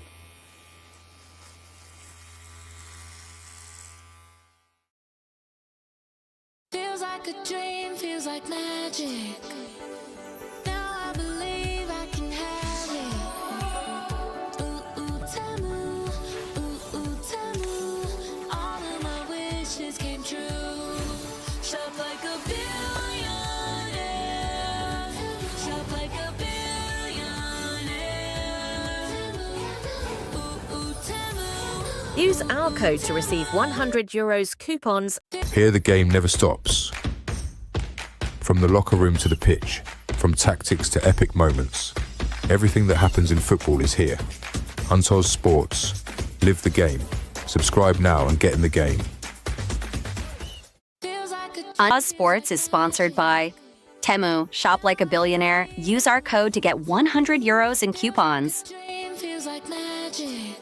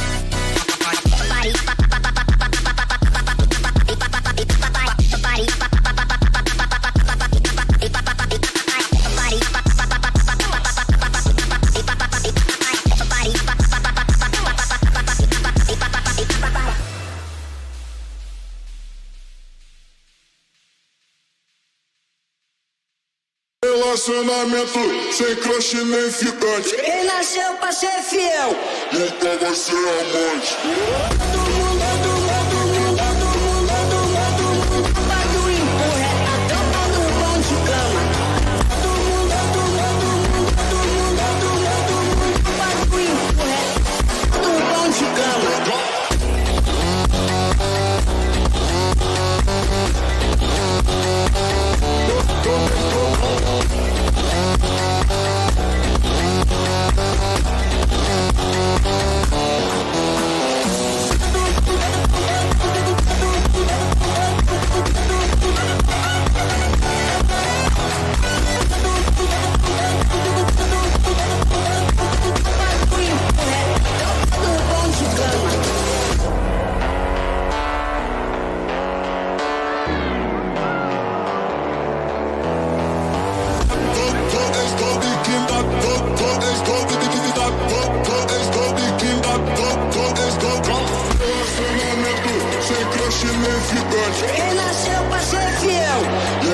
ser a mais.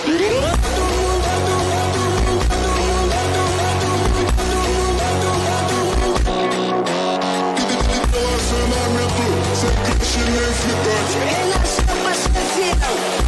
Vai ser a mais.